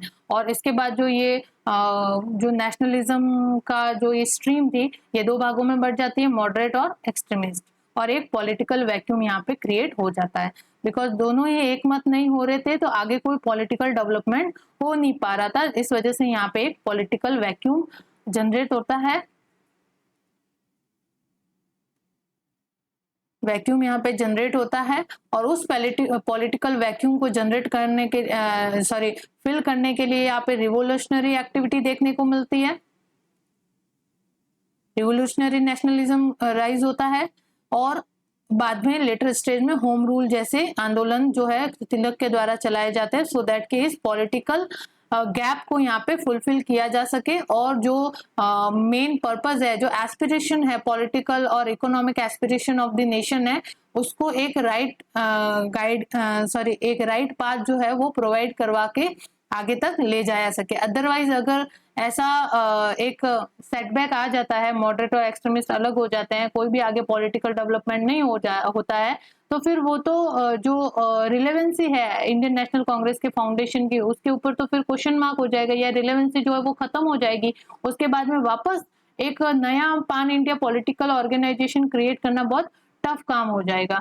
तो धीरे धीरे मॉडरेट्स और एक्सट्रीमिस्ट जो है अपने लेवल पे इस पॉलिटिकल गैप को फुलफिल करने की सोचते हैं, जिसके बीच में रिवोल्यूशनरी एक्टिविटीज भी होती है, होम रूल जैसे मूवमेंट होते हैं।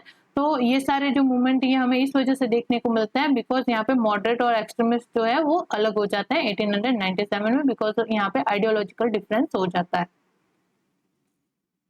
ठीक है, तो ये सेकेंड फेज होती है मॉडरेट पॉलिटिक्स की 1892 से 1905 में। 1905 के बाद में मॉडरेट जो है वो कांग्रेस में रहते तो है, लेकिन आगे कोई मॉडरेट पॉलिटिक्स की एक्टिविटी आपको देखने को नहीं मिलती है। तो ये था A.O. ह्यूम का role in the foundation of Indian National Congress, और we can say why Englishman was involve. तो ये सारा आपका क्वेश्चन जो है, ये 14 पॉइंट्स जो है ये कंप्लीट आपका आंसर होता है। नाउ अब हम देखते हैं the objective of Indian National Congress के। इंडियन नेशनल कांग्रेस के फाउंडेशन को लेके या इंडियन नेशनल कांग्रेस जो है उसके क्या उद्देश्य रहते हैं। तो इनका मेन उद्देश्य था creation a pan India forum और political forum we can say, जो कि होल नेशन का यहाँ पे रिप्रेजेंटेशन कर सके,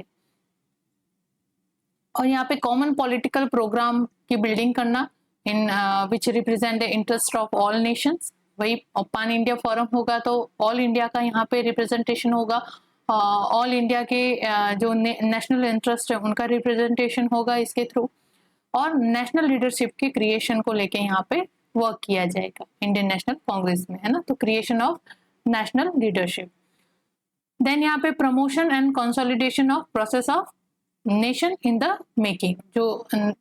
जो इनका एम था, जो पॉलिटिकल और इकोनॉमिक एस्पिरेशन थे इस अर्ली नेशनलिस्ट के या जो कांग्रेस के लीडर के जो ये नेशनलिज्म की जो प्रोसेस है उसको प्रमोट किया जाए और उसको और कंसोलिडेट किया जाए थ्रू दिस पान India political forum, that is Indian National Congress.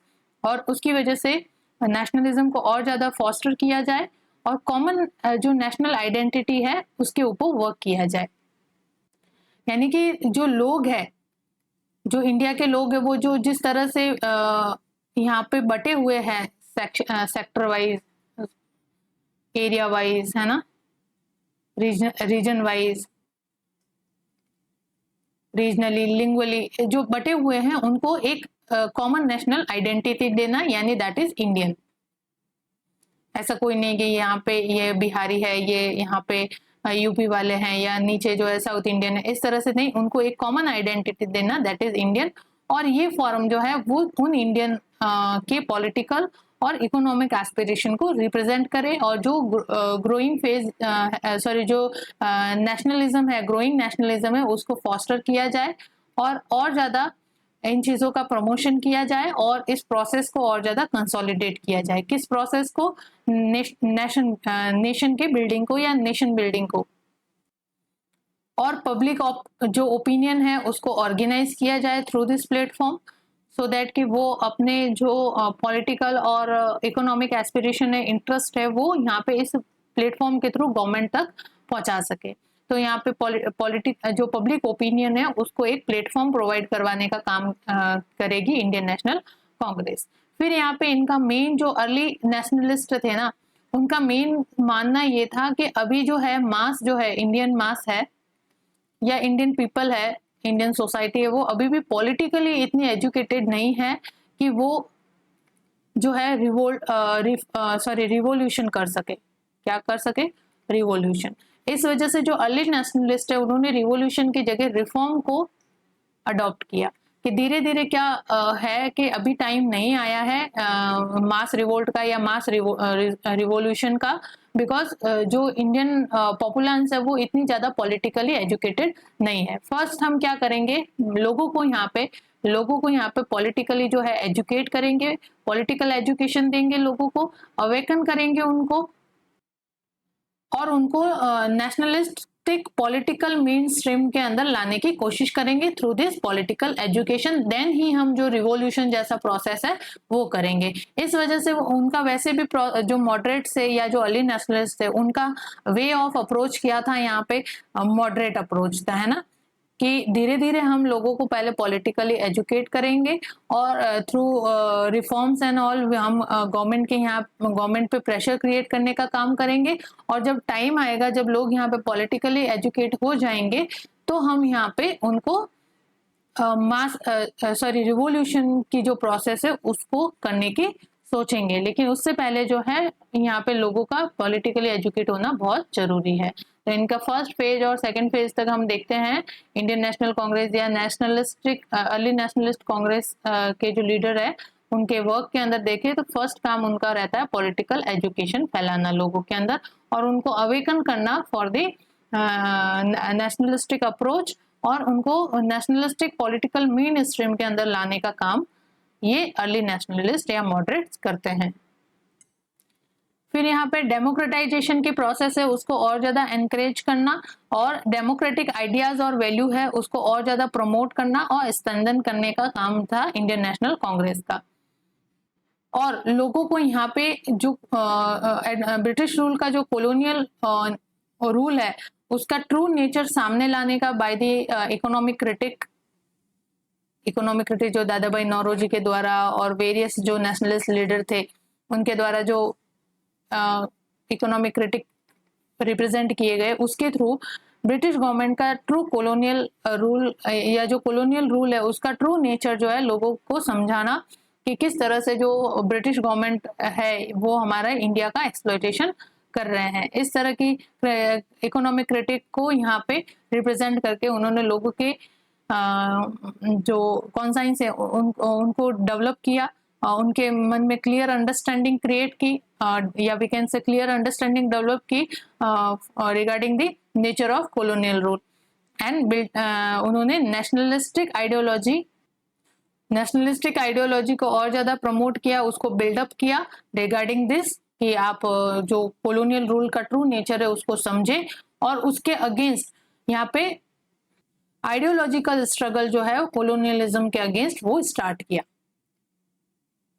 Ideological struggle जो है वो कॉलोनियलिज्म के अगेंस्ट स्टार्ट किया by representing the idea of economic critique और इकोनॉमिक क्रिटिक के थ्रू जो कॉलोनियल रूल है उसका ट्रू नेचर जो है वो सामने आया, लोग समझने लगे कि किस तरह से हमारे इंडिया का एक्सप्लॉयटेशन हो रहा है जिसकी वजह से यहाँ पे नेशनलिज्म की जो पेस है वो और ज्यादा एक्सेलरेट होती है, लोग जो है और ज्यादा पॉलिटिकली एजुकेट होने लगते हैं और कॉलोनियल रूल को समझने लगते हैं।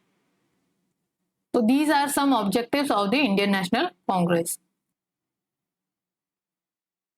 अब हम देखते हैं यहाँ पे क्लास कैरेक्टरिस्टिक और क्लास कॉन्स्टिट्यूएंट्स और we can say social base of early Congress leadership. तो जो अर्ली कांग्रेस लीडरशिप है उसका सोशल बेस क्या था वो देखते हैं हमें। तो इसके लिए जो रिप्रेजेंटेटिव डेटा है वो हमें 1882 से 1909 के बीच में जो स्टैटिक्स क्रिएट की गई थी, जो स्टैटिक्स जो है बनाई गई थी उसके द्वारा हमें यहाँ पे ये रिप्रेजेंटेटिव डेटा मिलता है और जिसके थ्रू हमें ये पता चलता है कि अर्ली कांग्रेस लीडरशिप के अंदर यहाँ पे 90% जो डेलीगेट्स थे वो लैंडलॉर्ड्स थे, ठीक है, जो इंडियन नेशनल कांग्रेस के सोशल बेस के रूप में यहाँ पे वर्क कर रहे थे। 15% जो डेलीगेट्स थे वो ट्रेडर्स थे, 3% were journalist and 3% were doctors and 3% were teachers and 17% were other professionals. तो majority of the majority of the class constituent देखे या सोशल बेस के अंदर देखे तो उनमें किसका रिप्रेजेंटेशन ज्यादा था, लैंडलॉर्ड्स का, ठीक है। तो यहाँ पे आपको स्टैटिक्स जो है वो क्या शो कर रही है कि जो प्रोफेशनल यहाँ पे लोग थे उनकी डोमिनेंस देखने को मिलती है in the early leadership of Indian National Congress, because आपको trader, journalist, doctor, teacher, other professions जैसे सिविल सर्वेंट्स है ना, ये सारे जो है ये सोशल बेस क्रिएट कर रहे हैं। तो जो प्रोफेशनल डोमिनेंस है वो आपको इस स्टैटिक्स के थ्रू देखने को मिलती है in the class constituent of early Congress leadership. और यहाँ पे जो ये प्रोफेशनल थे वो मेनली किस क्लास से बिलोंग करते थे, एजुकेटेड मिडिल क्लास या we can say intelligentsia class, है ना, जिनको हम इंटेलिजेंसिया कहते हैं, एजुकेटेड मिडिल क्लास को या बुर्जुआ क्लास कहते हैं, उनसे मेजॉरिटी ऑफ द लीडरशिप जो है वहां से आ रही थी।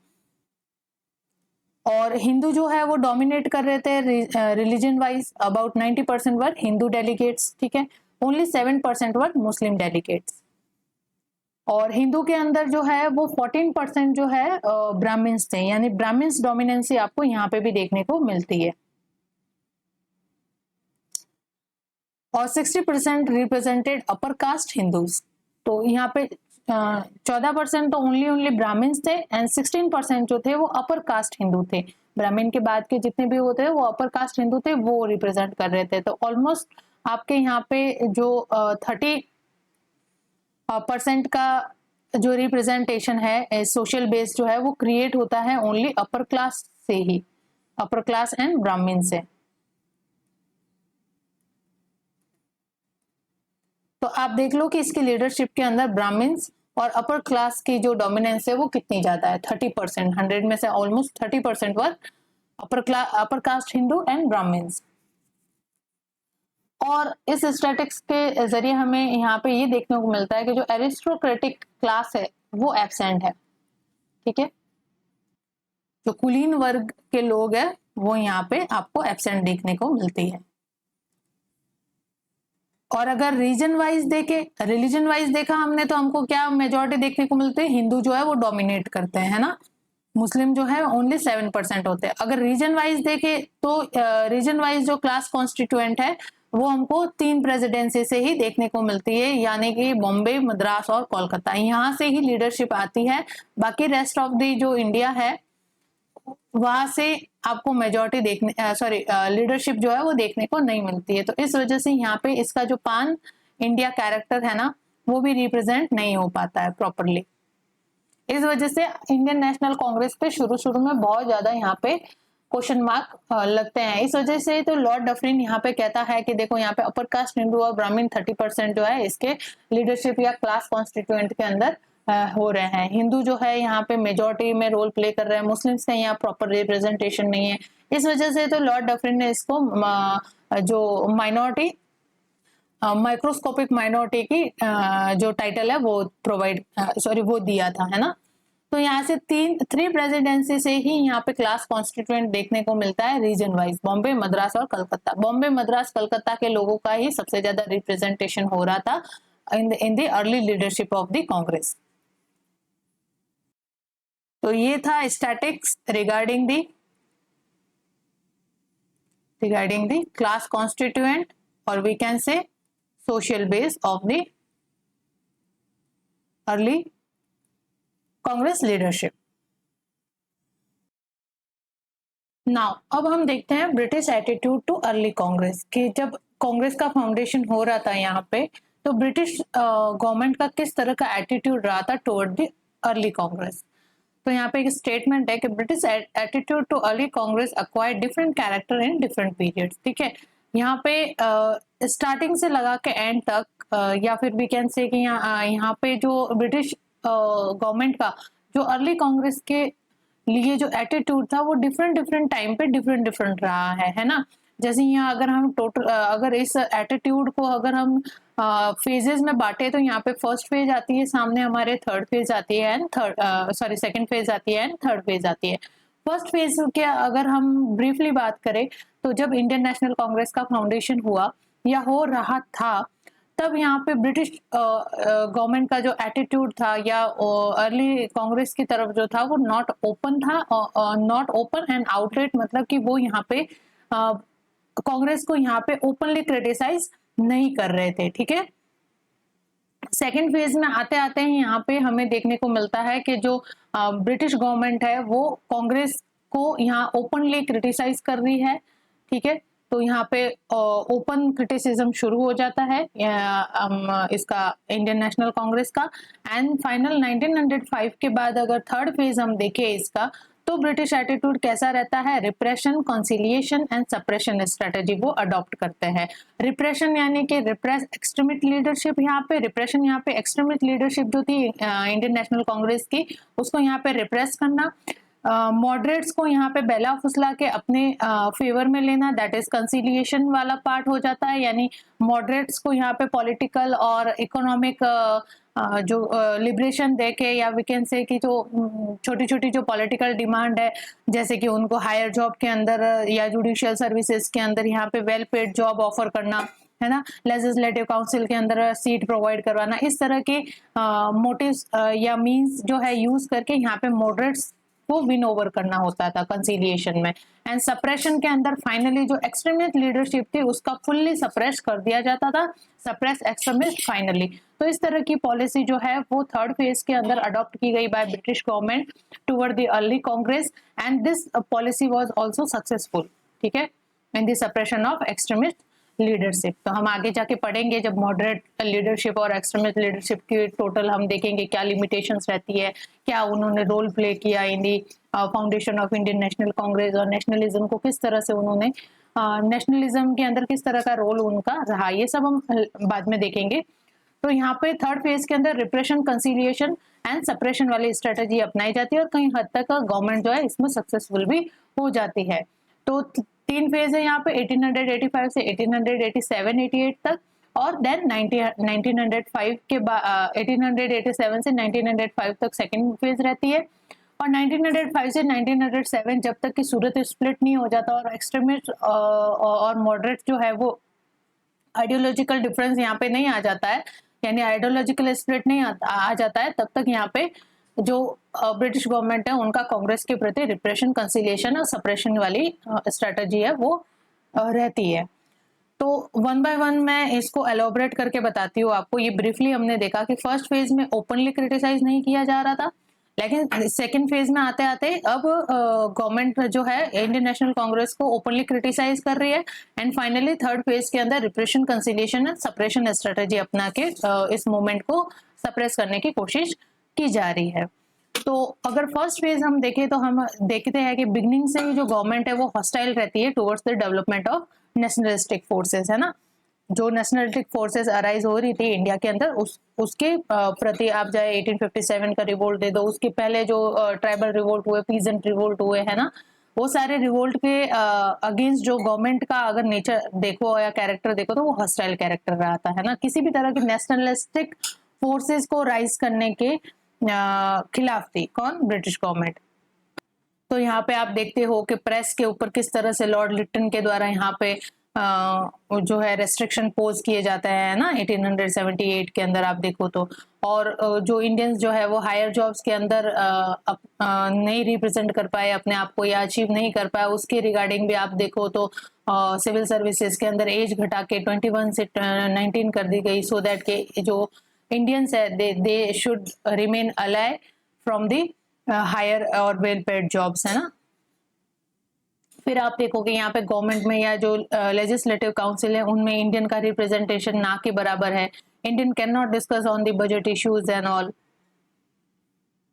तो इस तरह की अप्रोच जो है वो गवर्नमेंट यहाँ पे फर्स्ट फेज के अंदर अपनाती है। तो हमने राइज ऑफ नेशनलिज्म में यहाँ पे देखा कि प्रेस की किस तरह से भूमिका रहती है, they try to spread nationalistic consciousness, है ना, through criticism of colonial policy. Press यहाँ पे क्या करती थी, जो कॉलोनियल पॉलिसी है उसका क्रिटिसिज्म करती थी और लोगों के मन में नेशनलिस्टिक कॉन्शियसनेस जो है उसको स्प्रेड करने में अपना एफर्ट लगाती थी। तो प्रेस पे यहाँ पे रिस्ट्रिक्शन लगा दिया गया। और जब अर्ली फेज के अंदर यहाँ कांग्रेस का फाउंडेशन हो रहा था, एक इस तरह के पॉलिटिकल ऑर्गेनाइजेशन का फाउंडेशन हो रहा था जो कि आगे जाके क्या कर सकता था, इनके लिए चैलेंज पोज कर सकता था ब्रिटिश गवर्नमेंट के लिए। Because through this kind of assembly लोग क्या करते हैं यहाँ पे ब्रिटिश या जो पॉलिसी ऑफ गवर्नमेंट है उनको यहाँ पे क्रिटिसाइज करते हैं अपने एक्ट के थ्रू, और वेरियस काइंड ऑफ नेशनलिस्टिक जो डिमांड्स है वो यहाँ पे पोज करते हैं, जिसको ग्रांट करना ब्रिटिश गवर्नमेंट के लिए इम्पॉसिबल होता। तो इससे जो डफरिन है, जो अर्ली कांग्रेस या कांग्रेस के फाउंडेशन के समय वायसरॉय थे, तो लॉर्ड डफरिन जो है वो foundation of Indian National Congress की तरफ जो है एप्रीहेंशंस में या डर के रूप में जो है वो देखता है। उसको डर लगने लगता है कि अगर इस तरह की असेंबली अगर गैदर होती है तो ये डेफिनेटली जो है गवर्नमेंट पॉलिसी की क्रिटिसाइजिंग करेंगे और इस तरह की डिमांड जो है वो पेश करेंगे जिसको गवर्नमेंट को प्रोवाइड करवाना या गवर्नमेंट द्वारा ग्रांट करना लोगों को इम्पॉसिबल सा होगा। तो वो इस मूवमेंट को जो है वो डाइवर्ट करना चाहता था बाय सजेस्टिंग ह्यूम कि आप कांग्रेस को ये कहो कि they should focus only on the social issues. Social issues जो है जैसे एजुकेशन है ना, एजुकेशन है, रोड वगैरह के डेवलपमेंट है, या जो सोशल रिफॉर्म्स जैसे चीजें हैं, या चाइल्ड मैरिज को बैन करवाना, विडो रीमैरिज स्टार्ट करवाना, या गर्ल चाइल्ड इन्फेंटिसाइड है उनको रोकना, यानी जो सोशल इश्यूज थे उनके ऊपर ही ध्यान दे, ना कि पॉलिटिकल अफेयर्स के ऊपर ये ध्यान दे। ये ह्यूम को सजेस्ट किया लॉर्ड डफरिन ने। लॉर्ड डफरिन ने यहाँ पे ह्यूम को कहा कि आपका, वैसे भी लॉर्ड डफरिन जो है वो ह्यूम के प्रति क्रिटिकल एटीट्यूड अपनाता था, तो ह्यूम को कहता है कि भाई अपने कांग्रेस को कहो कि वो ओनली अपने आप को डिवोट करे towards the social affairs rather than the political affairs. लेकिन जो कांग्रेस लीडर थे वो रिफ्यूज कर जाते हैं टू मेक दिस चेंजेस, है ना, कि ओनली सोशल इश्यूज पे वो बात करे और पॉलिटिकल जो एस्पिरेशन है उसको साइड रख दे। तो ये चीज जो है वो आपको यहाँ पे देखने को मिलती है।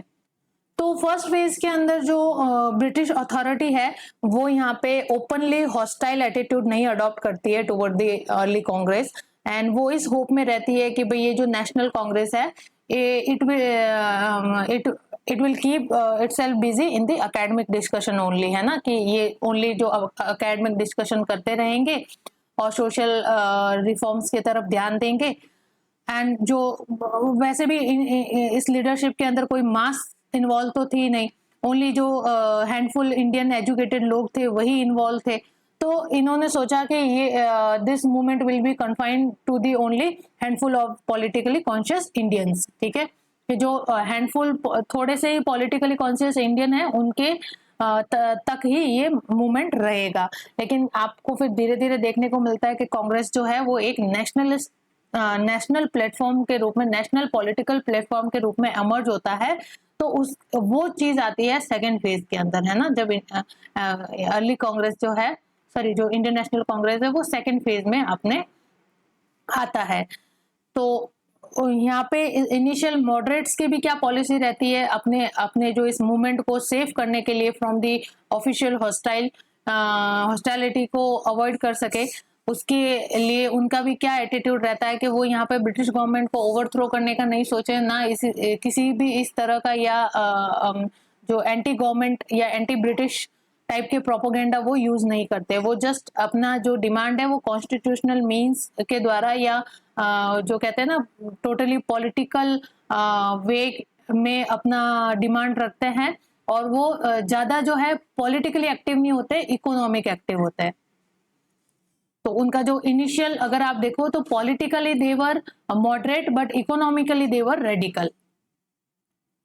इकोनॉमिक चेंजेस जो है, यानी जो इंडिया की इंडस्ट्रीज का यहाँ पे हाश हो रहा था, इंडिया की जो इंडस्ट्रीज डिक्लाइन फेस देख रही थी, तो वो चाहते थे कि इंडिया के अंदर जो इंडस्ट्रियल डेवलपमेंट है वो हो, जो इंफ्रास्ट्रक्चर डेवलपमेंट है वो हो, और इंडियन सोसाइटी का धीरे धीरे गवर्नमेंट जो है वो डेवलपमेंट करे, जैसे एजुकेशन वगैरह पे फोकस करे, और जो रोड कंस्ट्रक्शन है वो, और जो मेनली तो इंडियन जो इंडस्ट्रीज है उनको वापस रिवाइव करने के ऊपर बात कर रहे थे। और जो एक्सप्लॉयटेशन हो रहा था इंडिया का in the form of drain of wealth वो रोका जाए।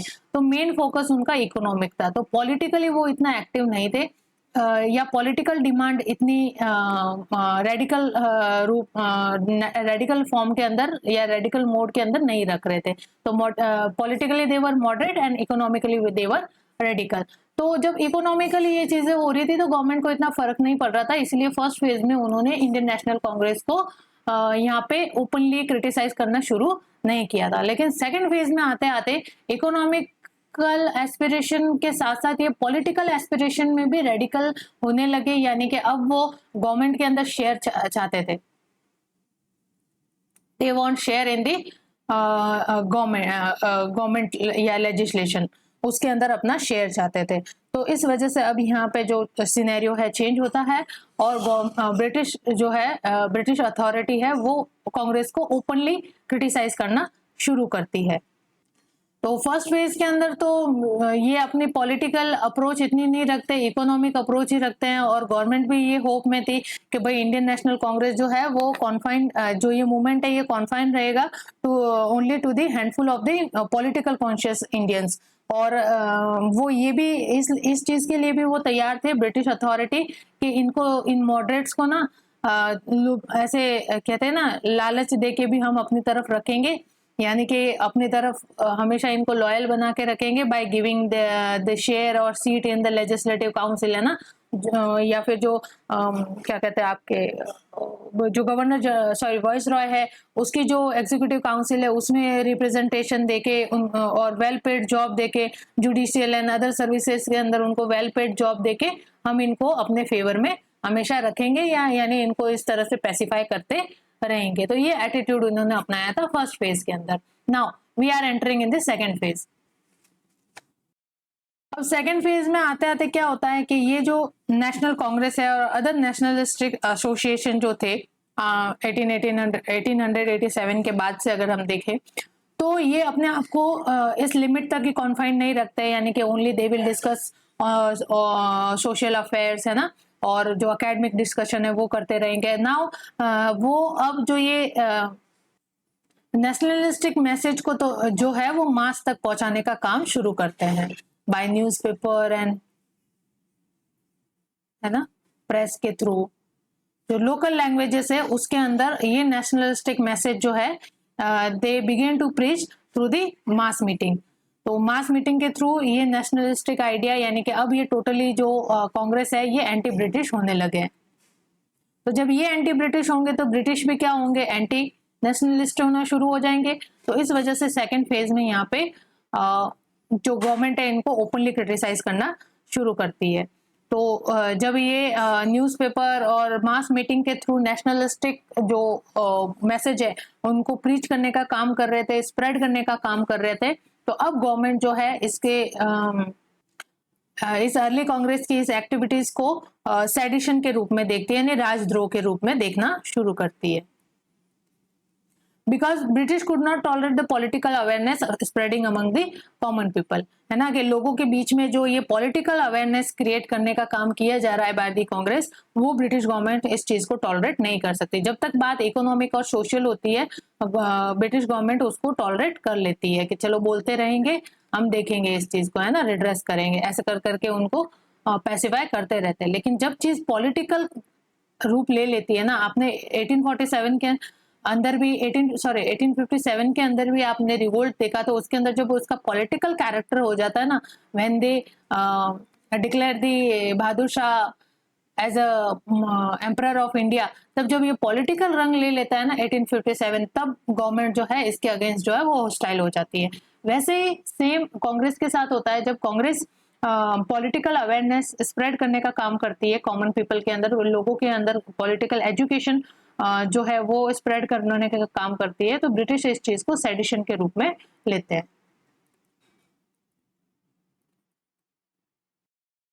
और यहाँ पे साथ साथ में जब नेशनलिस्टिक लीडर के द्वारा इकोनॉमिक क्रिटिक के रूप में इकोनॉमिक क्रिटिक रिप्रेजेंटेशन की जा रही थी, जिसके थ्रू जो एक्सप्लॉयटेटिव फेस है इंपीरियलिज्म का वो सामने लाया जा रहा था लोगों के सामने बाय इकोनॉमिक एजिटेशन, है ना। तो ये नेशनलिस्टिक इकोनॉमिक एजिटेशन और जो पॉलिटिकल अवेयरनेस है ये ब्रिटिश गवर्नमेंट को सेडिशन के रूप में दिख रहा था। तो यहाँ पे जब लॉर्ड डफरिन थे वॉइस रॉय, तो और सेक्रेटरी ऑफ स्टेट कौन थे यहाँ पे, जॉर्ज हैमिल्टन। तो जॉर्ज हैमिल्टन ने यहाँ पे दादाभाई नौरोजी को ऐसे कंप्लेन भी किया कि तुम तो कहते थे कि तुम throughout your life you will remain a loyal to the British government, अब क्या हुआ तुम्हें, है ना, तुम सिंसियर सपोर्टर रहोगे ब्रिटिश रूल के, लेकिन तुम तो खुद इस ड्रेन ऑफ वेल्थ जैसी थ्योरी पब्लिश कर रहे हो और जो ब्रिटिश रूल है उसको आप ऐसा बता रहे हो कि it nothing just a enemy of Mankind in general, है ना, कि ये तो जो ब्रिटिश रूल है वो और कुछ नहीं है, बस जो मानवता है उसका दुश्मन है, और पर्टिकुलरली फॉर इंडिया, कि इंडिया के लिए तो हम और ज्यादा जो है राक्षस की तरह वर्क कर रहे हैं। तो इस तरह के रिप्रेजेंटेशन आप कर रहे हो, जबकि दादाभाई नौरोजी है उनको नाइटहुड की उपाधि भी दादाभाई नौरोजी जो है उनको जो ब्रिटिश है वो ग्रैंड ओल्ड मैन के नाम से जाने जाता है, और वो उनका जो ब्रिटिश पार्लियामेंट है उनके अंदर भी जो छोटी छोटी काउंसिल होती है ना डिफरेंट कॉलोनियल स्टेट के रूप में, तो उनमें भी उनका रिप्रेजेंटेशन था और अच्छे खासे एक पोस्ट पे थे और ब्रिटिश रूल के दौरान, है ना, उनको एक अच्छा क्या कहते वो सम्मान मिलता था, रिस्पेक्ट मिलती थी। तो दादा भाई नौरोजी यहाँ पे क्रिटिकल हो जाते हैं, क्रिटिकल एटीट्यूड अपनाते हैं towards the British rule and they expose the real face of the imperialism in front of the common people. तो फिर गवर्नमेंट भी यहाँ पे कांग्रेस को ये कहने लगती है कि बिकॉज कांग्रेस की आपने लीडरशिप देखी तो वेरियस प्रोफेशन के टीचर, डॉक्टर्स, जर्नलिस्ट ये सब एसोसिएट थे उसकी लीडरशिप के अंदर। तो फिर गवर्नमेंट जो ब्रिटिश ऑफिशियल्स है वो ये कहना शुरू करते हैं कि इंडियन नेशनल कांग्रेस है वो और कुछ भी नहीं है, बस डिसलॉयल बाबू का जो है एक ब्रांड है, और जो सेडिशियस ब्राह्मण है, वायलेंट विलेन है, वो इसके लीडरशिप है।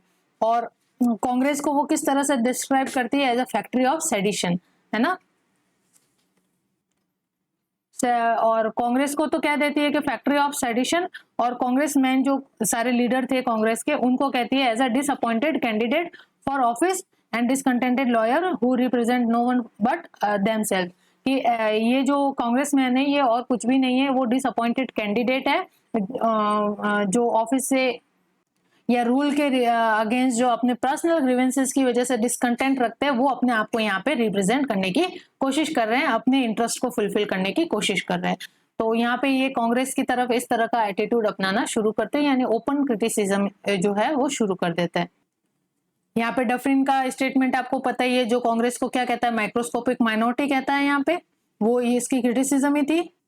और जॉर्ज हैमिल्टन जो है सेक्रेटरी ऑफ स्टेट, वो कहता है कि कांग्रेस लीडर जो है वो सेडिशियस है और डबल साइडेड कैरेक्टर रखते हैं। यानी कि डबल साइडेड कैरेक्टर का मतलब वो कहते तो ये है कि हम नेशनल इश्यूज के ऊपर बात करते हैं, या जो पैन इंडिया रिप्रेजेंटेशन है वो रखते हैं, कंप्लीट इंडियन मास की जो ग्रीवेंसेस है उसको हम यहाँ पे रिप्रेजेंट करने की कोशिश कर रहे हैं, लेकिन वो इसके आड़ में in this disguise he represented or he want to safeguard their interest, यानी जो middle class, educated middle class या बुर्जुआ क्लास के जो इंटरेस्ट है उनको यहाँ पे फुलफिल करने की या सेफगार्ड करने की सोच रहे हैं थ्रू दिस पान India political platform that is Indian National Congress. तो इस तरह की जो क्रिटिसिज्म है वो ब्रिटिश गवर्नमेंट के द्वारा दी जाती है for the Indian National Congress. फिर इसके बीच में कर्जन का पीरियड आता है, और कर्जन तो और ज्यादा आपको पता ही है, इसका शासन भी जो है टायरेनिकल साइकिल, जैसे लॉर्ड लिटन का था वैसे ही कर्जन का भी था। और कर्जन का पीरियड में भी ये कहता है कर्जन की कांग्रेस जो है वो अपने डाउनफॉल की तरफ जा रही है, और मेरा एज अ वाइस रॉय ये रिस्पॉन्सिबिलिटी बनती है कि मैं इसके पीसफुल डिमाइस में इसको सपोर्ट करूं। ठीक है, यानी कि ये भी चाहता है कि कांग्रेस का जो ये मूवमेंट क्रिएट हो रहा है इसको किसी न किसी तरह से कर्व कर दिया जाए या सप्रेस कर दिया जाए। उसके लिए मैं जिस तरह से भी एज अ वाइस रॉय मेरी जो भी पावर है मैं वो यूज करूंगा। तो उसका स्टेटमेंट है कि Congress is tottering to its fall and one of my great ambitions while in India is to assist it to a peaceful demise. और इसके बाद यहाँ पे ब्रिटिश गवर्नमेंट जो है जब इन चीजों से बात नहीं, यानी ऑफिशियल ऑस्टेलिटी से बात नहीं बनती है क्रिटिसिज्म, तो ब्रिटिश जो है वो डिवाइड एंड रूल की पॉलिसी अपनाना शुरू करते हैं। अब यहाँ पे डिवाइड एंड रूल की पॉलिसी अपनाना बहुत इजी है, बिकॉज आप अगर जब हमने अभी कॉन्स्टिट्यूशनल क्लास कॉन्स्टिट्यूएंट देखा या सोशल बेस देखा कांग्रेस लीडरशिप का, तो उसके अंदर आपको देखने को मिलता है कि majority were Hindus and 7% were only Muslim. तो यहाँ पे ये मुस्लिम जो है उनको अगेंस्ट करना शुरू करते हैं हिंदूज के इसमें देखो आप कांग्रेस के अंदर सिर्फ आपका रिप्रेजेंटेशन तो 7% है, मेजोरिटी जो है वो हिंदूज है, और हिंदू जो है अपनी बात जो है आपके ऊपर हमेशा ओवर रूल करेंगे, यानी आपका ट्रू रिप्रेजेंटेशन तो कभी भी आएगा नहीं। तो आपको तो यहाँ पे जो है किस तरह के अप्रोच, डिवाइड एंड रूल की अप्रोच शुरू होती है। तो जो ब्रिटिश ऑफिशियल्स थे उन्होंने sir Syed Ahmad Khan, Raja Shiv Prasad and other जो प्रो ब्रिटिश इंडिविजुअल थे ना, उनको एनकरेज करना शुरू किया to start a anti Congress movement. ठीक है, एंटी कांग्रेस मूवमेंट खड़ा करने के लिए या एंटी कांग्रेस मूवमेंट जो है स्टार्ट करने के लिए सर सैयद अहमद खान, राजा शिव प्रसाद और अदर जो प्रो ब्रिटिश इंडिविजुअल थे उनको यहाँ पे एनकरेज करना शुरू किया। और उन्होंने हिंदू और मुस्लिम के बीच में भी जो फूट डालने की है कोशिश की, यही इसी पे रिप्रेजेंटेशन पे कि आपका ओनली 7% रिप्रेजेंटेशन है, जबकि यहाँ पे हिंदू जो है वो मेजोरिटी के अंदर है, तो आपका तो कभी रिप्रेजेंटेशन या आपके जो इंटरेस्ट है, आपकी कम्युनिटी के इंटरेस्ट है, वो तो कभी सामने आएंगे ही नहीं। और यहाँ पे डिवाइड एंड रूल या यहाँ तक ही कॉन्फाइन नहीं रही, हिंदू मुस्लिम तक ही कॉन्फाइन नहीं रही, ये यहाँ पे इन्होंने ये भी ट्राई किया कि जो ट्रेडिशनल फ्यूडल क्लास है ना, जो जमींदार लोग हैं, उनको स्टार्ट किया, एनकरेज करना शुरू किया कि वो क्रिटिकल एटीट्यूड अपनाए टुवर्ड्स द इंटेलिजेंसिया, या we can say modern educated Indians. तो मॉडर्न एजुकेटेड जो मिडिल क्लास थी, वो किस तरह के प्रोग्रेस चाहती थी? डेमोक्रेसी चाहती थी। किस तरह के पॉलिटिकल एनवायरनमेंट चाहती थी? डेमोक्रेसी, लिबर्टी, है ना। इस तरह के जो पॉलिटिकल मोटिव्स थे उनको अचीव करने के लिए या उसका प्रोपोगेट करते थे। जबकि यहाँ पे फ्यूडल क्लास जो है, अगर डेमोक्रेसी स्टेब्लिश होती है तो फ्यूडल क्लास की रिलेवेंसी यहाँ पे खत्म हो जाती है, उनके जो प्रिविलेज है, उनके राइट है, वो यहाँ पे खत्म हो जाता है। तो जो मॉडर्न एजुकेटेड क्लास थी, वो डेमोक्रेसी जैसे आइडियल्स को या जो वैल्यूज है उनको प्रोपोगेट कर रही थी, जिससे कि फ्यूडल क्लास के जो इंटरेस्ट है वो हिट होने वाले थे। इस वजह से गवर्नमेंट ने यहाँ पे जो ट्रेडिशनल फ्यूडल क्लास है उनको इन न्यू या वी कैन से कि जो एजुकेटेड मिडिल क्लास है उनके अगेंस्ट खड़ा करना शुरू कर दिया। तो हर एक तरीके के डिवाइड एंड रूल जहां जिस जिस एस्पेक्ट्स के अंदर पॉसिबल है, इन्होंने अपनाना शुरू किया ब्रिटिश गवर्नमेंट ने, सो दैट कि they can disperse this Congress movement. और यहाँ पे जो कांग्रेस की लीडरशिप थी, उनके अंदर भी इन्होंने आइडियोलॉजिकल स्प्लिट या फिर डिवाइड एंड रूल वाली पॉलिसी अपनाना शुरू किया। यानी ये मॉडरेट्स के लिए जो कंजर्वेटिव थॉट रखते थे, मॉडरेट्स यानी जो मतलब ब्रिटिश के लिए लॉयल रहना चाहते थे लेकिन ग्रेजुअल पॉलिटिकल चेंजेस की अप्रोच रखते थे, उनके प्रति तो फ्रेंडली नेचर अपनाते हैं। और जो एक्सट्रीमिस्ट आइडियोलॉजी रखते थे उनके प्रति ये क्रिटिकल एटीट्यूड अपनाते हैं। तो इस वजह से यहाँ पे मॉडरेट्स और एक्सट्रीमिस्ट इन दोनों के बीच में भी यहाँ पे ये दरार पड़नी शुरू होती है कि एक्सट्रीमिस्ट को लगता था कि मॉडरेट जो है वो प्रो ब्रिटिश है और ये लॉयल है इनके प्रति, ये देश की परवाह नहीं करके खुद के इंटरेस्ट और खुद की पोस्ट एंड पोजीशन की परवाह करते हैं। तो इस वजह से यहाँ पे इस तरह के डिवाइड एंड रूल पॉलिसी अपनाते हुए एक्सट्रीमिस्ट और मॉडरेट के बीच में भी इन्होंने आइडियोलॉजिकल स्प्लिट करवा दिया। That is in the 1907 that is known as Surat split, है ना, जिसमें एक्सट्रीमिस्ट और मॉडरेट जो है वो आइडियोलॉजिकली अलग हो जाते हैं। तो हर एक जगह इन्होंने डिवाइड एंड रूल पॉलिसी अपनाना शुरू किया, सो दैट्स कि कांग्रेस का जो ये मूवमेंट है इसको वीकन किया जा सके। तो यहाँ पे इस फेज के अंदर गवर्नमेंट ने एक तरफ तो कंसेशन देना शुरू किया, यानी जो लुभावनी चीजें वो देना शुरू किया, और दूसरी तरफ इन्होंने रिप्रेशन की पॉलिसी भी अपनाई।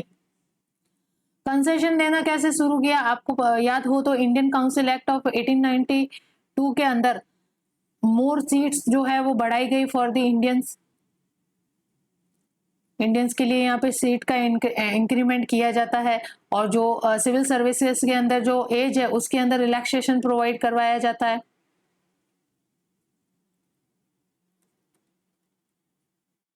और अदर गवर्नमेंट सर्विसेज के अंदर भी इंडियंस की रिप्रेजेंटेशन जो है उसकी कंसेशन देना यहाँ पे ब्रिटिश गवर्नमेंट के द्वारा शुरू की जाती है, ये कंसेशन, सो दैट कि जो मॉडरेट्स नेशनलिस्टिक है ना वो ब्रिटिश लोगों के फेवर में रहे, उनके अगेंस्ट ना जाए। अगर नेशनलिस्टिक जाते हैं, एक्सट्रीमिस्ट अगर हमारे अगेंस्ट जाते हैं, तो मॉडरेट जो है वो एज अ बैरियर के रूप में काम करेंगे। तो इनका मेन मोटिव था कि मॉडरेट्स को अपने फेवर में रखो बाय गिविंग देम कंसेशंस, ठीक है।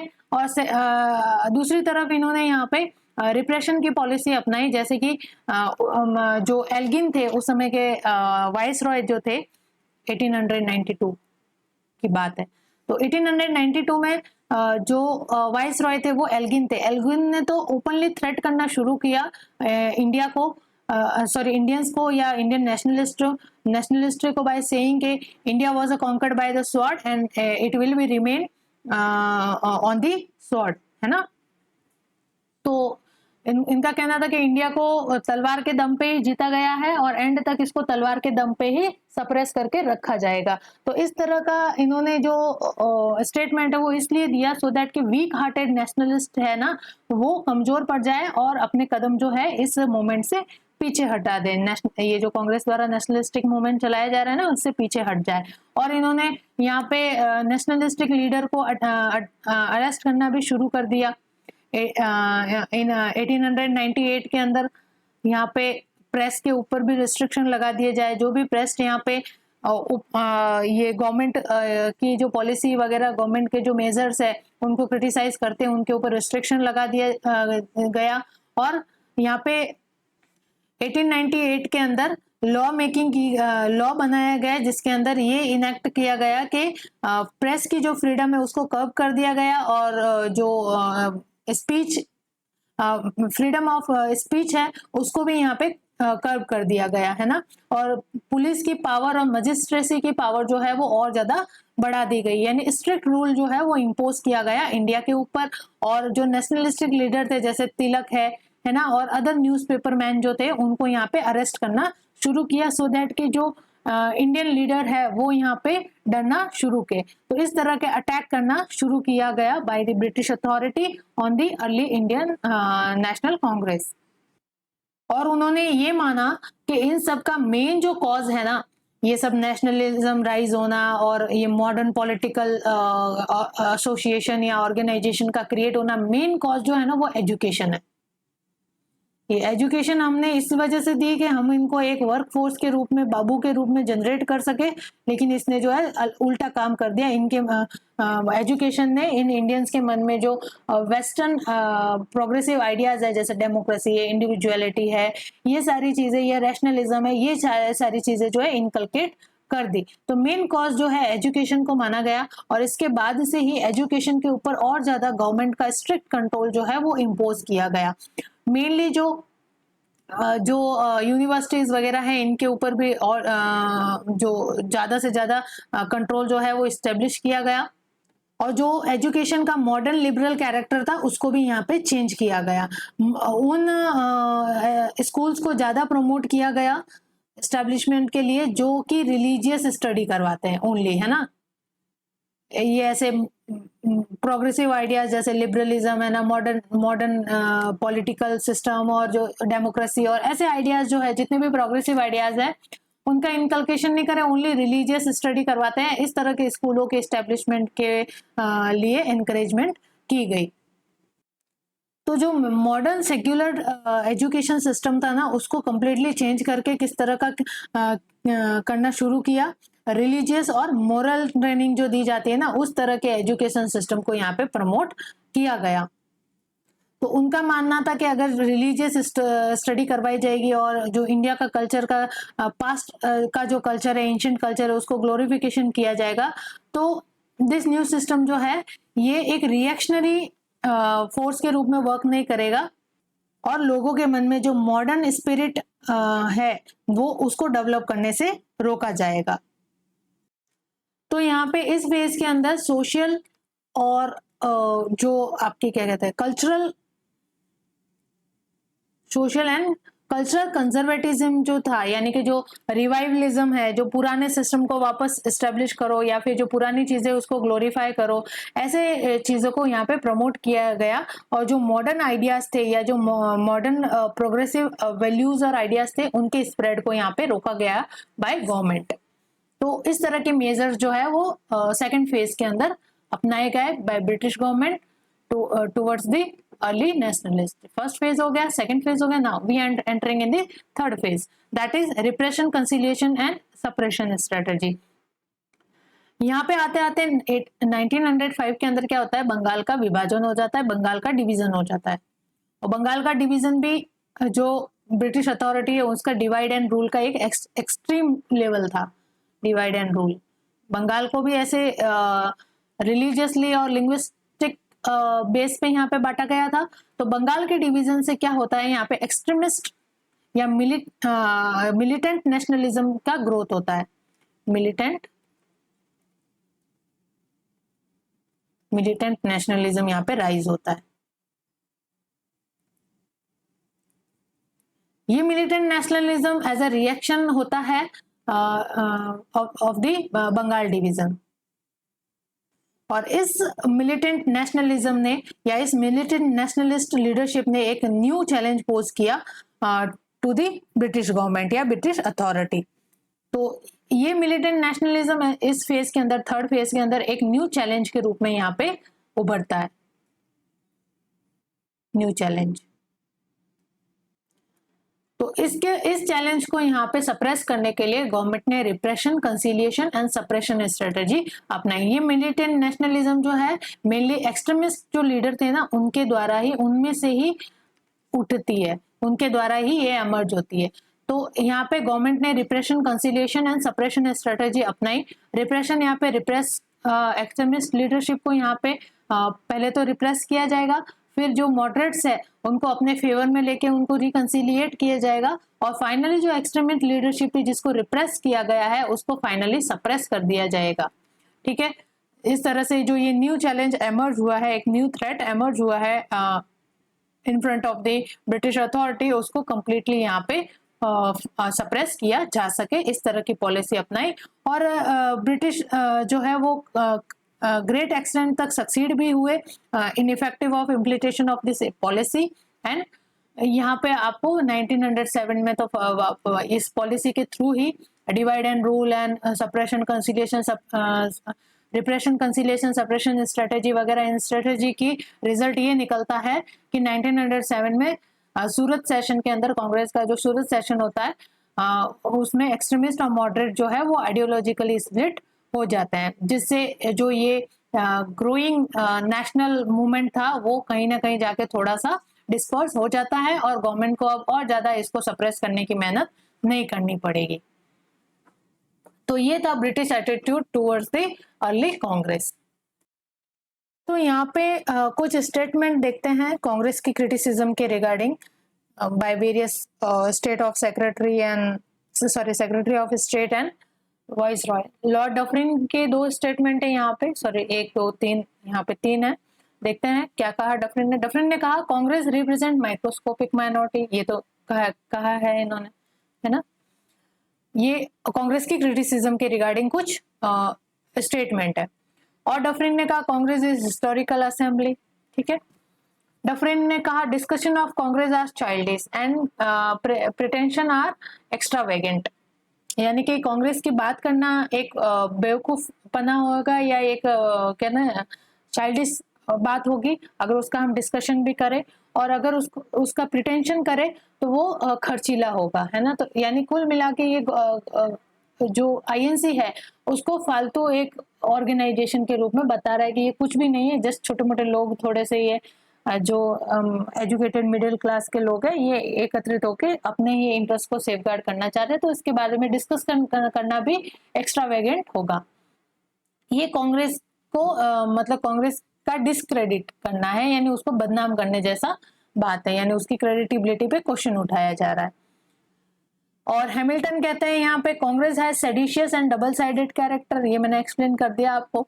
और कर्जन का स्टेटमेंट है कि Congress is tottering to its fall and one of my ambition as a viceroy of India is to assist in its peaceful demise, यानी कांग्रेस जो है वो अपने फॉल की तरफ लुढ़क रहा है, टोटरिंग कर रहा है, और मेरा as a viceroy of India ये कर्तव्य बनता है कि मैं इसके पीसफुल डिमाइज यानी इसके शांतिपूर्ण क्या कहते हैं दमन में इसकी हेल्प करूं मैं।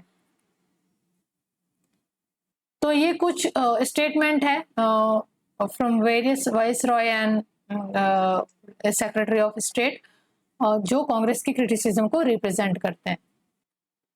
Now what policy British authority had adopted to weaken the Congress. तो कांग्रेस को वीक करने के लिए इन्होंने क्या क्या पॉलिसी अपनाई, मैंने आपको एक्सप्लेन किया कि कांग्रेस को यहाँ पे अपोज करने के लिए प्रो ब्रिटिश इंडिविजुअल जो थे उनको एनकरेज किया गया, जैसे सर सैयद अहमद खान है, राजा शिव प्रसाद है, या अदर प्रो ब्रिटिश इंडिविजुअल जो थे उनको एनकरेज किया गया to start an anti Congress movement. तो यहाँ पे सैयद अहमद खान अगेंस्ट कांग्रेस किया गया। कम्युनल राइवलरी को यहाँ पे, हिंदू मुस्लिम जो राइवलरी है उसको यहाँ पे फॉस्टर किया गया। एजुकेटेड इंडियंस और एजुकेटेड इंडियन को यहाँ पे भड़काया गया on the issue of jobs, है ना।